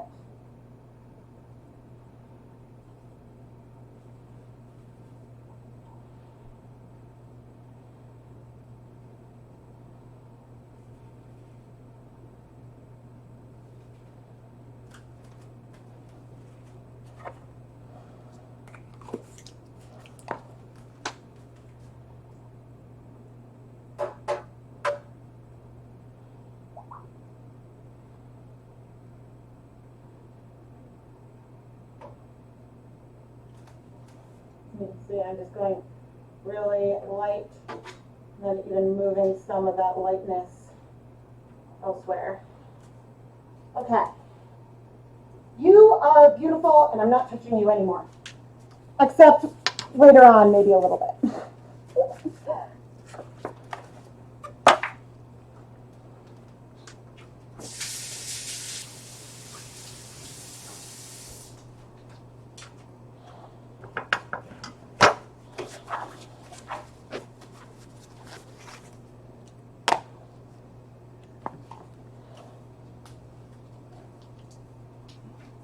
All right.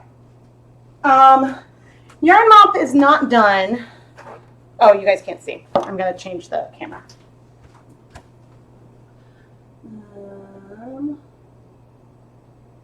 Okay. Yarn mop is not done.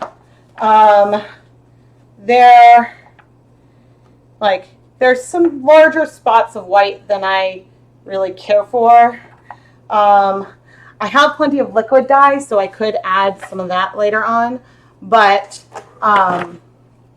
we'll just sort of keep that in mind as we do things, and these gloves are getting sweaty.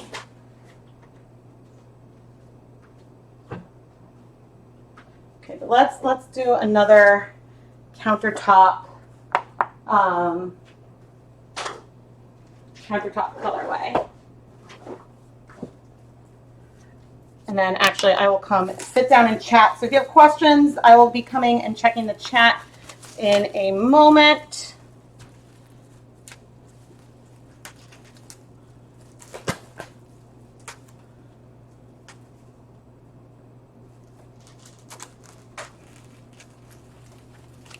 Yeah, I think one reason why I like doing really random colorways is because then you don't need to have plastic wrap on hand, but it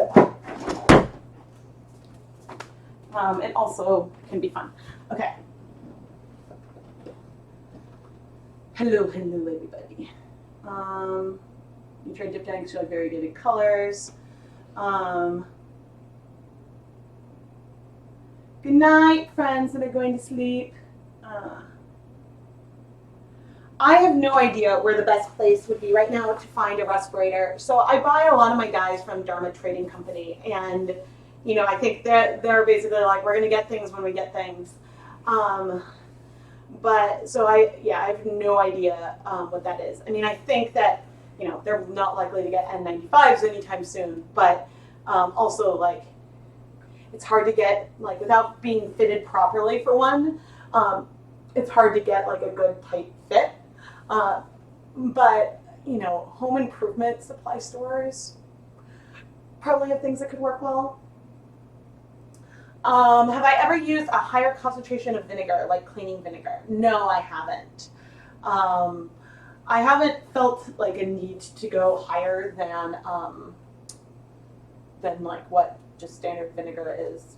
I think that I think eventually, like cost-wise, it could be more cost-effective to do like citric acid, and just in terms of volume and weight and stuff. But I'm realizing I have not soaked this friend, and you know, the pan on the stove has been occupied longer than I thought. I think I might do this soon, and maybe I'll even do it this afternoon as a standalone video, which probably won't be out until like maybe September or something. But I will try to dye this later today, and then I will try, even though that video will be separate, to like pop it into the recap because I wanted to see it. But my plan is to do about maybe similar to what I've been doing with the red tonals, which you can't see, like about a 1.5 depth of shade with red on here. And so it'll just be beautiful red and black. So that is my plan. Go team. All right, I am going to take a quick break and go and get something to drink. I'll just take a quick break, and I'll give you guys, I think, a brief commercial break, but then I'll be back and we'll do another hand-painted colorway on the countertop. And waiting on the delay.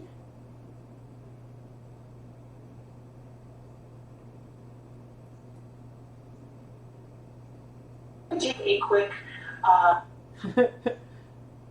says what the delay is like. I'm waiting for my head to pop away. Not everyone will see an ad. Don't worry if you don't. It's all YouTube algorithm. Insert ad. Cool. Oh, man.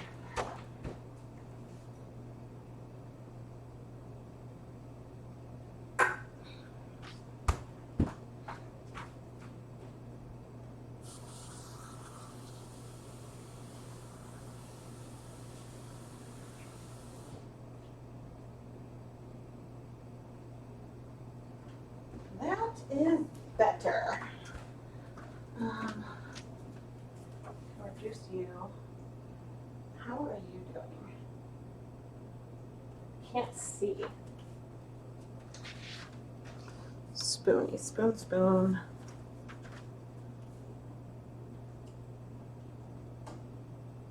Okay, I'll leave that longer. Oh, I've got that red mixed. That'll be perfect.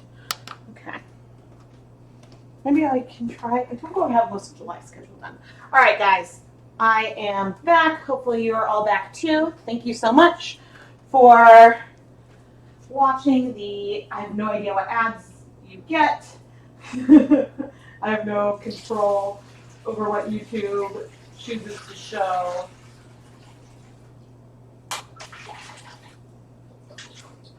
I end up with a lot of ads for like cooking and crafting channels that I see, but I think it depends on what else you watch. Okay, so we've got some Swish Decay here this time. And I'm going to do a similar thing. But you guys should let me know if we should also add some like very light coverage. So it'd be mostly white, but occasionally there might be like a pop of like blue or brown in the interior portion. So you guys can let me know if that is something that you think I should do, or if I should just leave it as clean as the last one. And I think if I was going to do pops of speckles, I would probably do red and black in there as well, but I would do it very light, so there could be some strands without any pop of color in there. And I cannot see the chat. Okay. Yeah, let me know. All right, let's do the red first. And I think this time the if we're gonna keep it clean, then I will extend these quote, I don't know what I should call them, end caps. But if I'm going to add other color in between, then I'll have these just be smaller.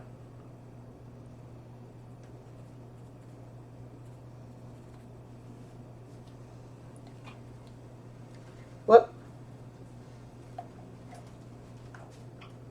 Turn down the steam. And so there could, if you add too much liquid in and you have white and painted sections, there could be some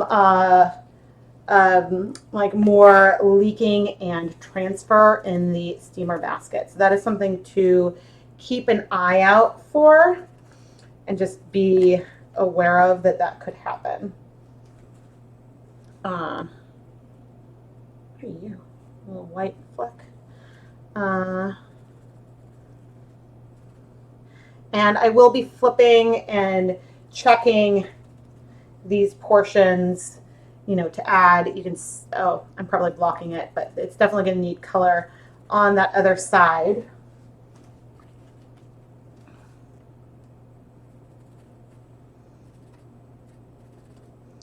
So I'm finding that the Swish DK, which is 100% superwash merino, it's sticking a little bit more to the brush. So you see as I'm like painting, I sometimes will pick up the strands and they will move, which is not what happened with the Stroll.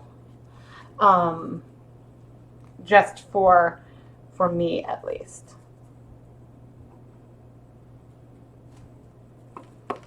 So yeah, I'm finding that I'm needing to bring my hand over to help it prevent it from picking up things too far.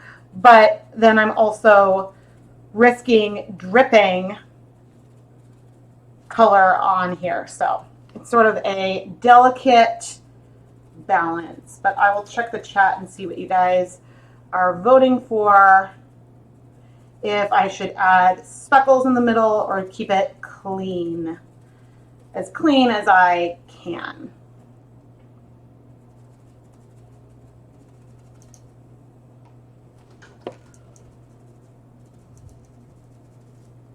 But yeah, squeeze bubbles work well. I just like the precise control I get by using these foam brushes. And I'm going to check and see what you guys have said. Speckle. Why do some dyes ask for salt? Because I believe salt will slow down the rate that the colors absorb so you can get more color. But I'm not 100% sure.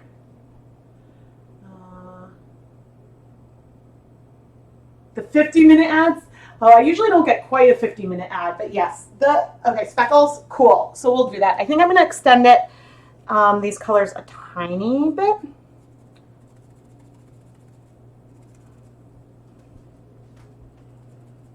Although actually I need to extend this one a little bit more. Okay.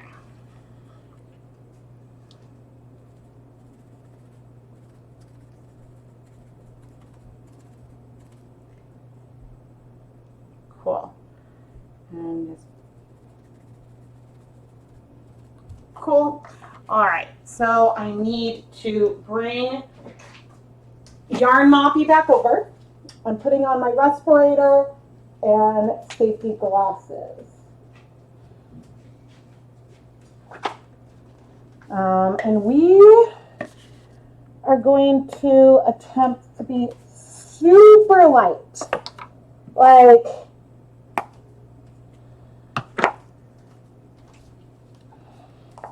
super, super light here.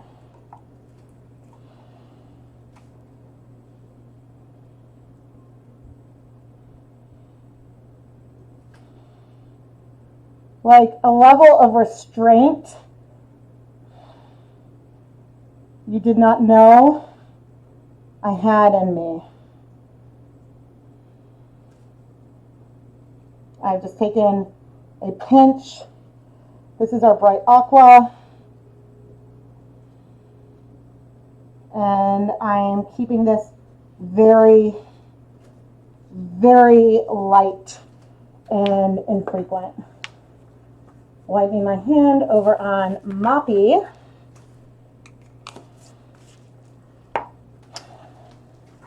Who may be off camera, I'm not sure. So right now, like that stain has more blue than this one. There's going to be areas without color, and we're just going to be fine with that. I haven't tried something quite like this.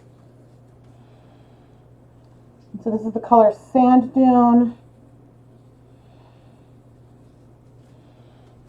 which I'm being slightly heavier, but I also know that this is a color that has more filler. So this is a less pigmented color overall.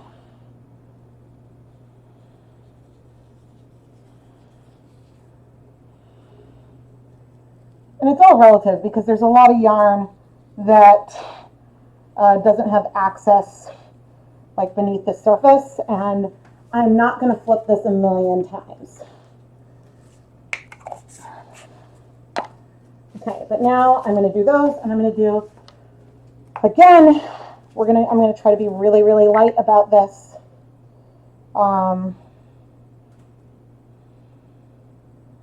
Not quite as light with those other two. So I'm maybe ending up a bit heavier than I wanted, and I might have regrets because there might be areas without pigment. But we will see how this comes out.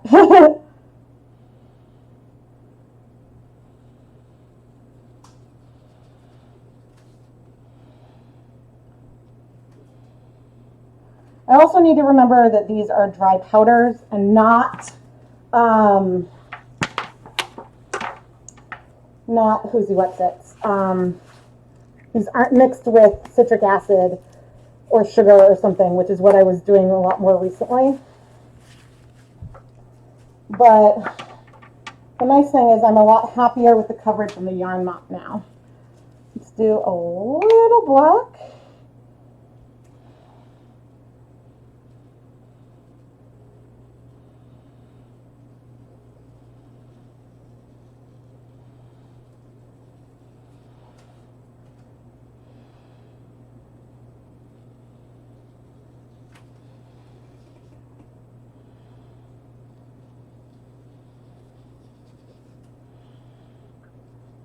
Oops, that was a little bit heavier than I wanted to go. Okay. So this is side one, and trying to close this well. Oh dear. Okay, move the powders off to the side. I am getting really sweaty. Okay. Now, oh man, I want a photo of this. Okay, gloves are so sweaty.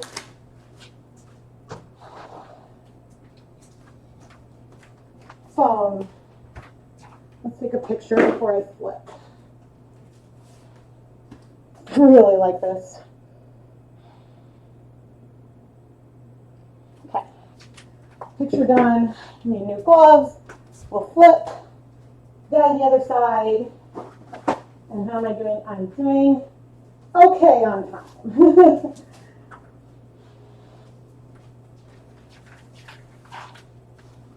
Okay, I'm almost at 30 minutes, but I'm not removing that fiber yet. I'm just going to turn off the steamer basket. I didn't open it, so it's going to stay steamy. Okay.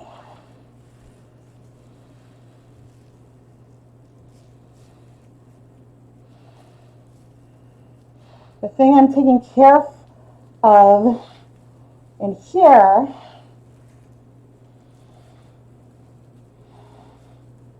is to only touch the black side with one hand and then the red side with the other. Although, since we're adding these speckles in the middle, it's not as big a deal if, I'm trying to spread this out a bit, it's not as big a deal if I get some color transfer to these middle areas. Although that's clearly not what we want. Okay.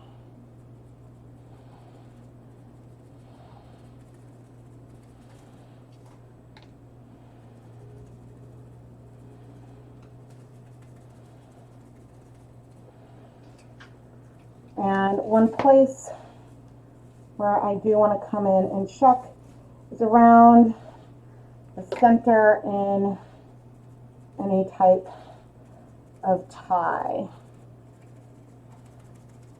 So if I have guar gum mixed in with these liquid dyes, then that line would be able to stay as sharp as it is at the moment. But without guar gum, it's not really possible.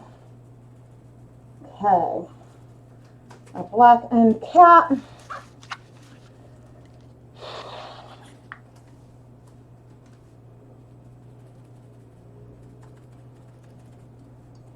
Oh, I'm like, I haven't checked what our air conditioning is at.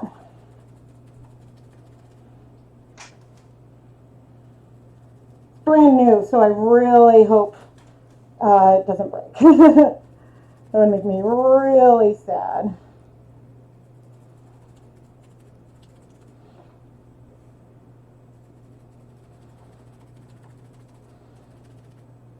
Okay, and for the red, I also want to check, do a little bit of a spot check of where I might want to make sure that there is pigment.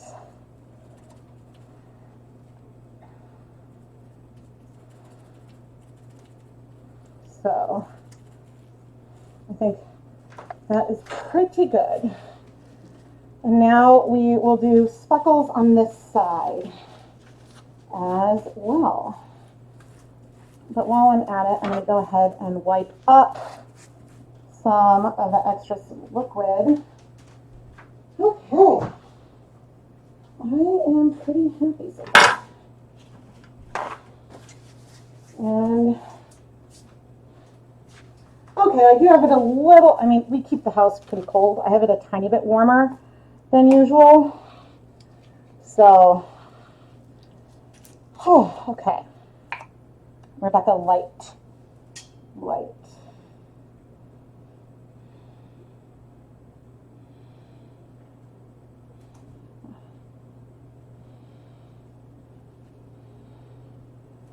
Light.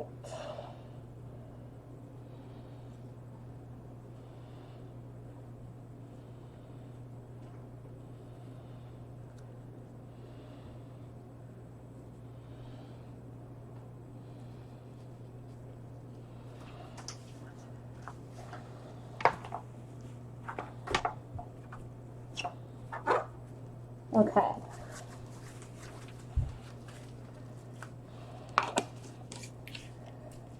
Okay, so light with the aqua, sand dune, still light, but I can go a little bit heavier.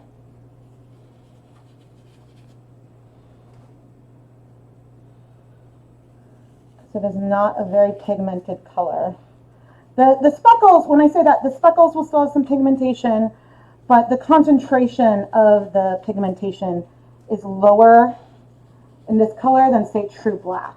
With the black, I have to go really, really, really low. Okay.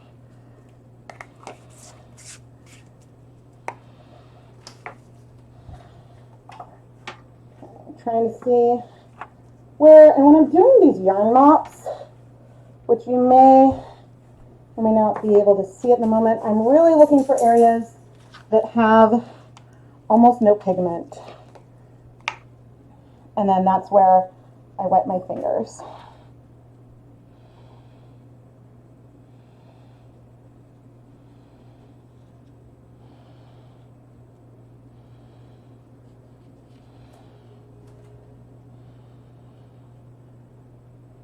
Oh, that is a lot of color right there.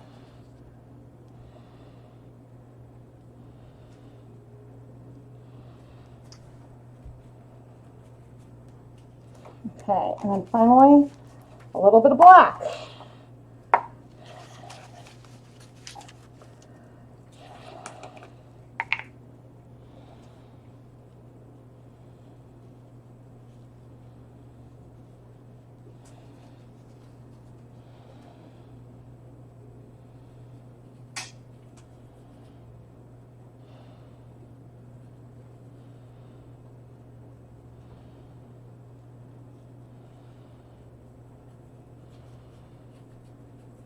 Okay, I'm calling it.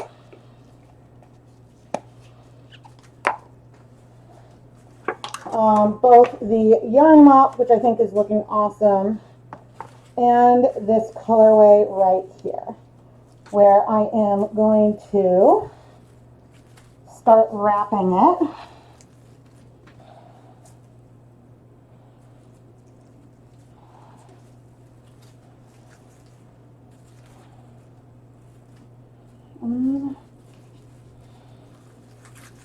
But I think I'm inclined to also try something like this time.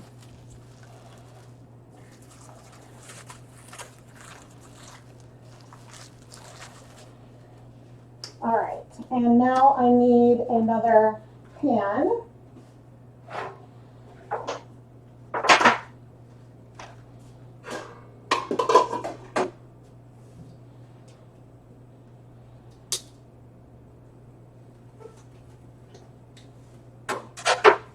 Pick up a colorway from before, which looks very white on top, which is good. We want it to look white on top. That was the goal. And now I'm going to go place this in the steamer basket and steam for 30 minutes.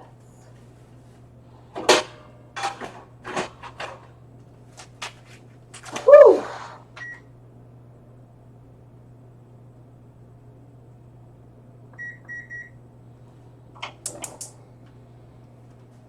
And then when that's done steaming, I will steam this.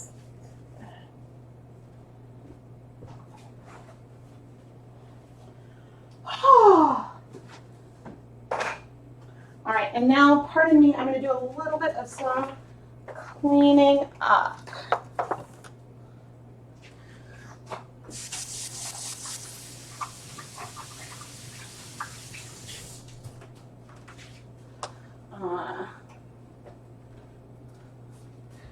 But I'm happy with what we have accomplished thus far today. Really happy.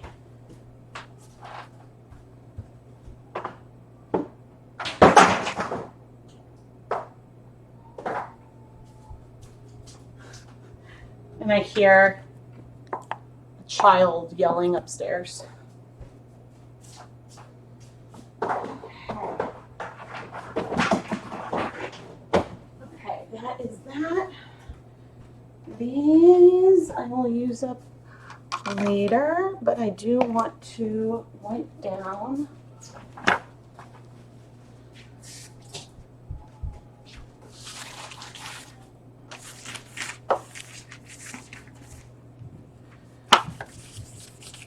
Just briefly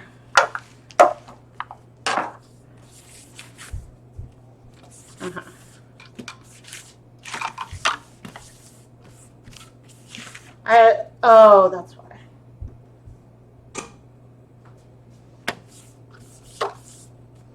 I'll do this is just a very cursory wipe.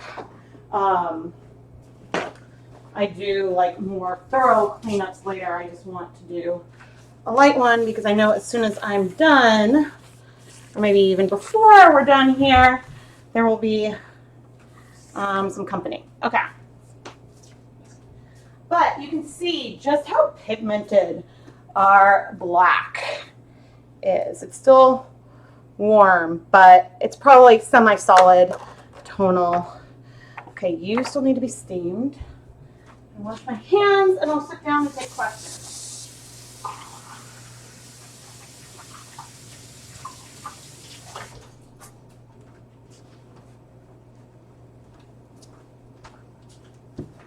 Okay, and I'm going to swap. No. Don't do that, Rebecca. There we go. Swap that. Oh, hi. You can see a little bit of like wearing the mask on. Okay.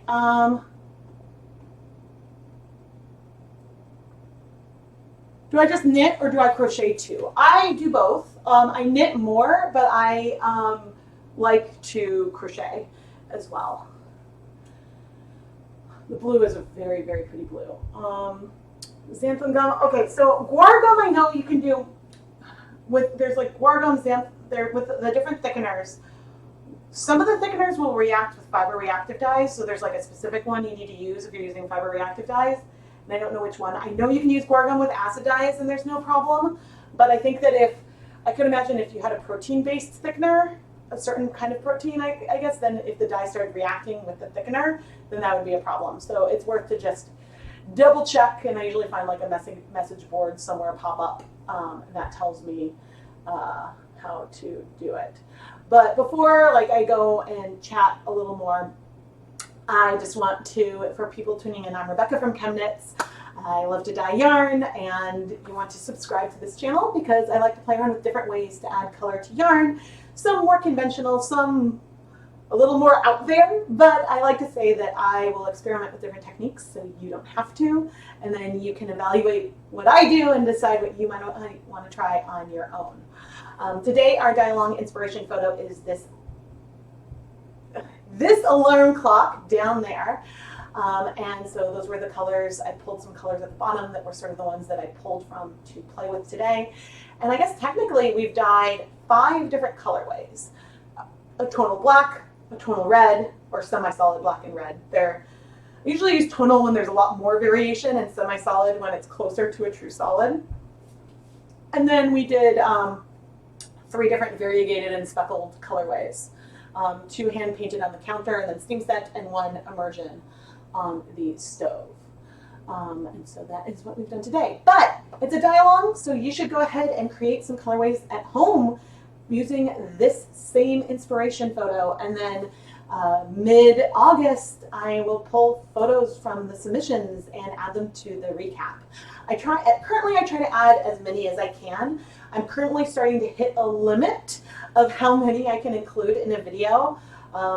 But I have a feeling that Rainbow Month was especially popular for the dye-along, but I will do my best to include as many as I can.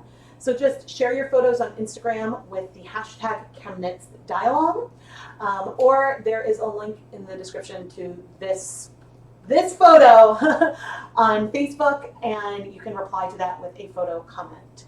And then, yeah, I'll include them in the recap. And where this sort of came from is in live streams. Whenever I do a live stream, I always will try to do, once the yarn is dry, I'll do a brief recap so that way you can see what the final colorways look like, because in the stream it can be hard to see. But I wait longer to show the recap of these dye-alongs to give you guys a chance to make your own versions. And I'm excited to see what you create. Okay. Could you use guar gum and a brush to speckle, like flick it on the yarn? So I have a leave no dye behind. I think I have a leave no guar gum dye behind. And I sort of tried that because I had been using a paintbrush literally to do blanks in, was it maybe April when I did the cherry blossoms as my inspiration? And I took the leftover and I tried to like dribble it in low immersion with the paintbrush. And so I'm not sure how well it might flick or fling, but in theory, sure. I don't know how well it would actually work though.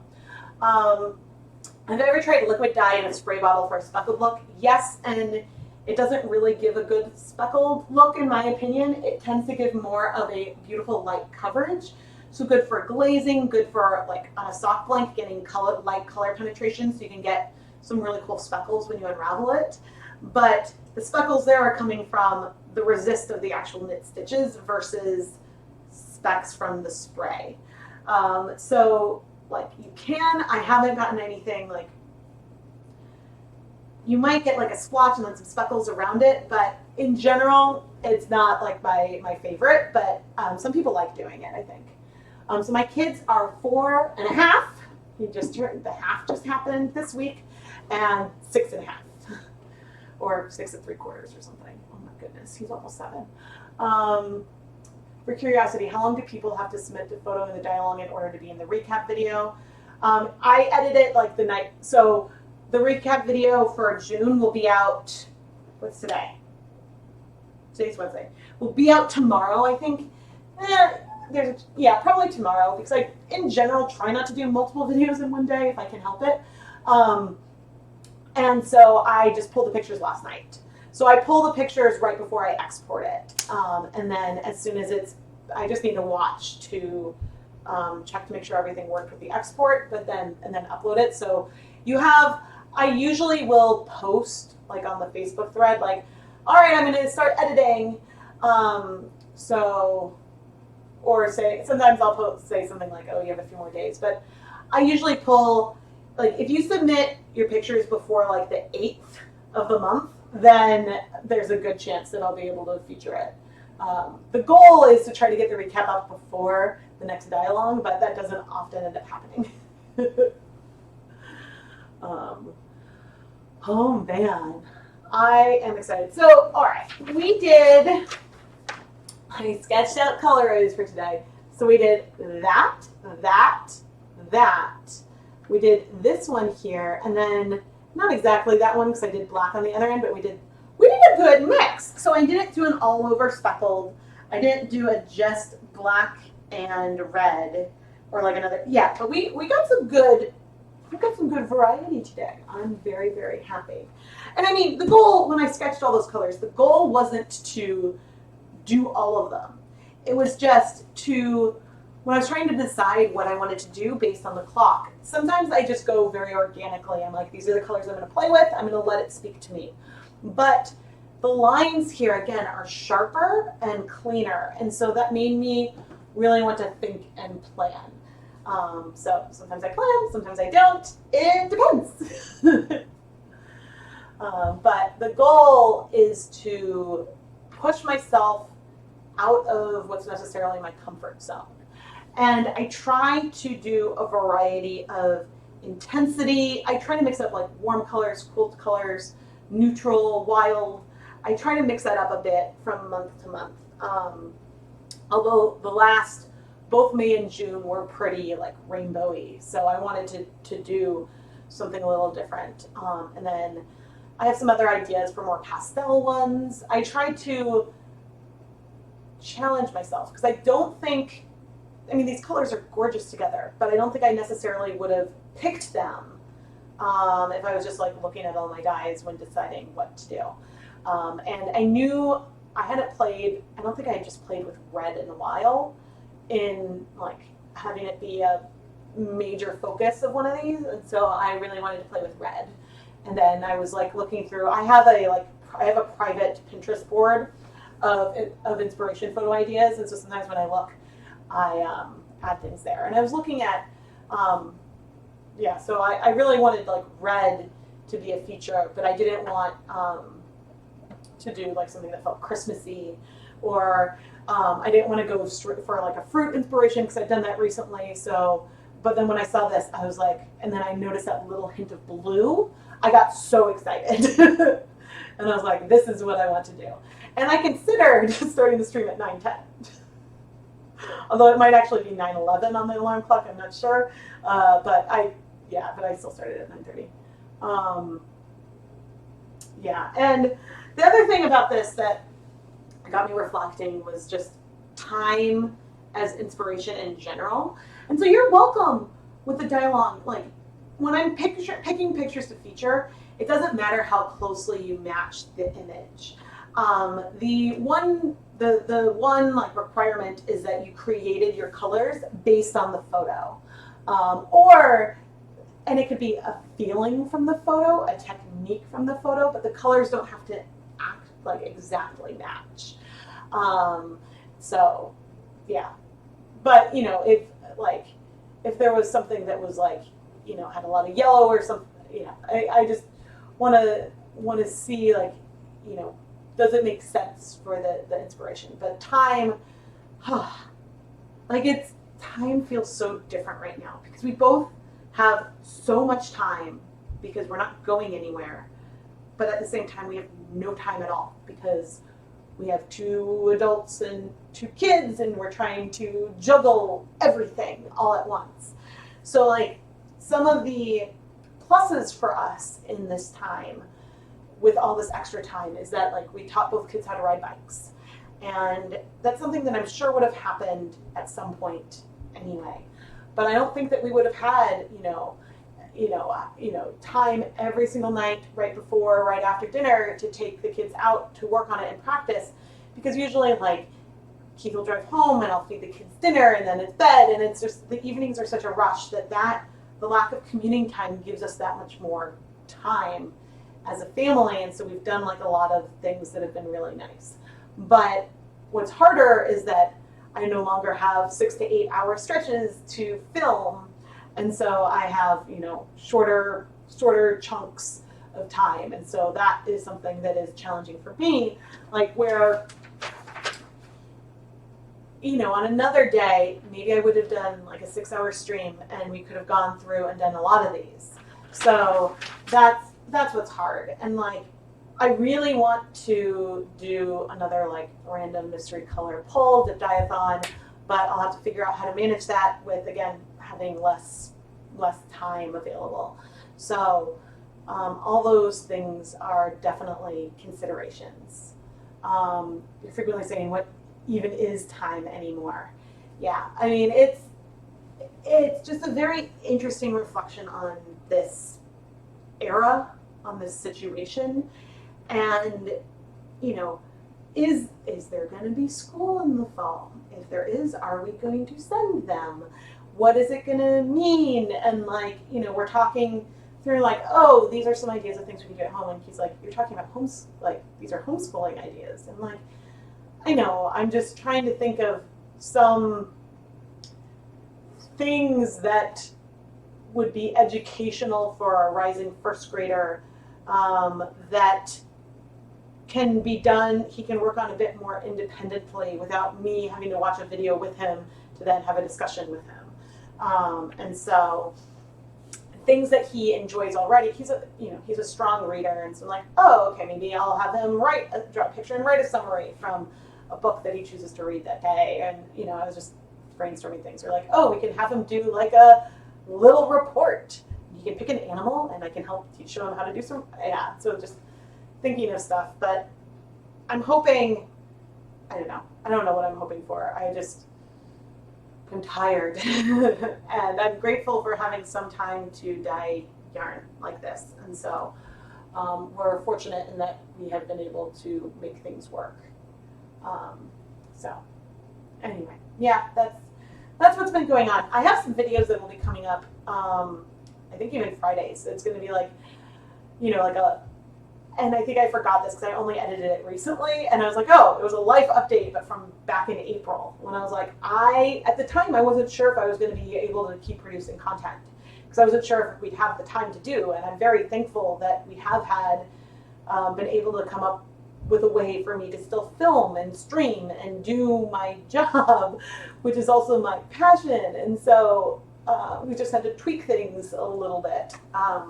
But there's a lot of videos that I'm really excited about that are coming up. And so I hope that you guys will enjoy those. thank you, Terry. Yeah, that was the first colorway I did, and actually, let's go check on it.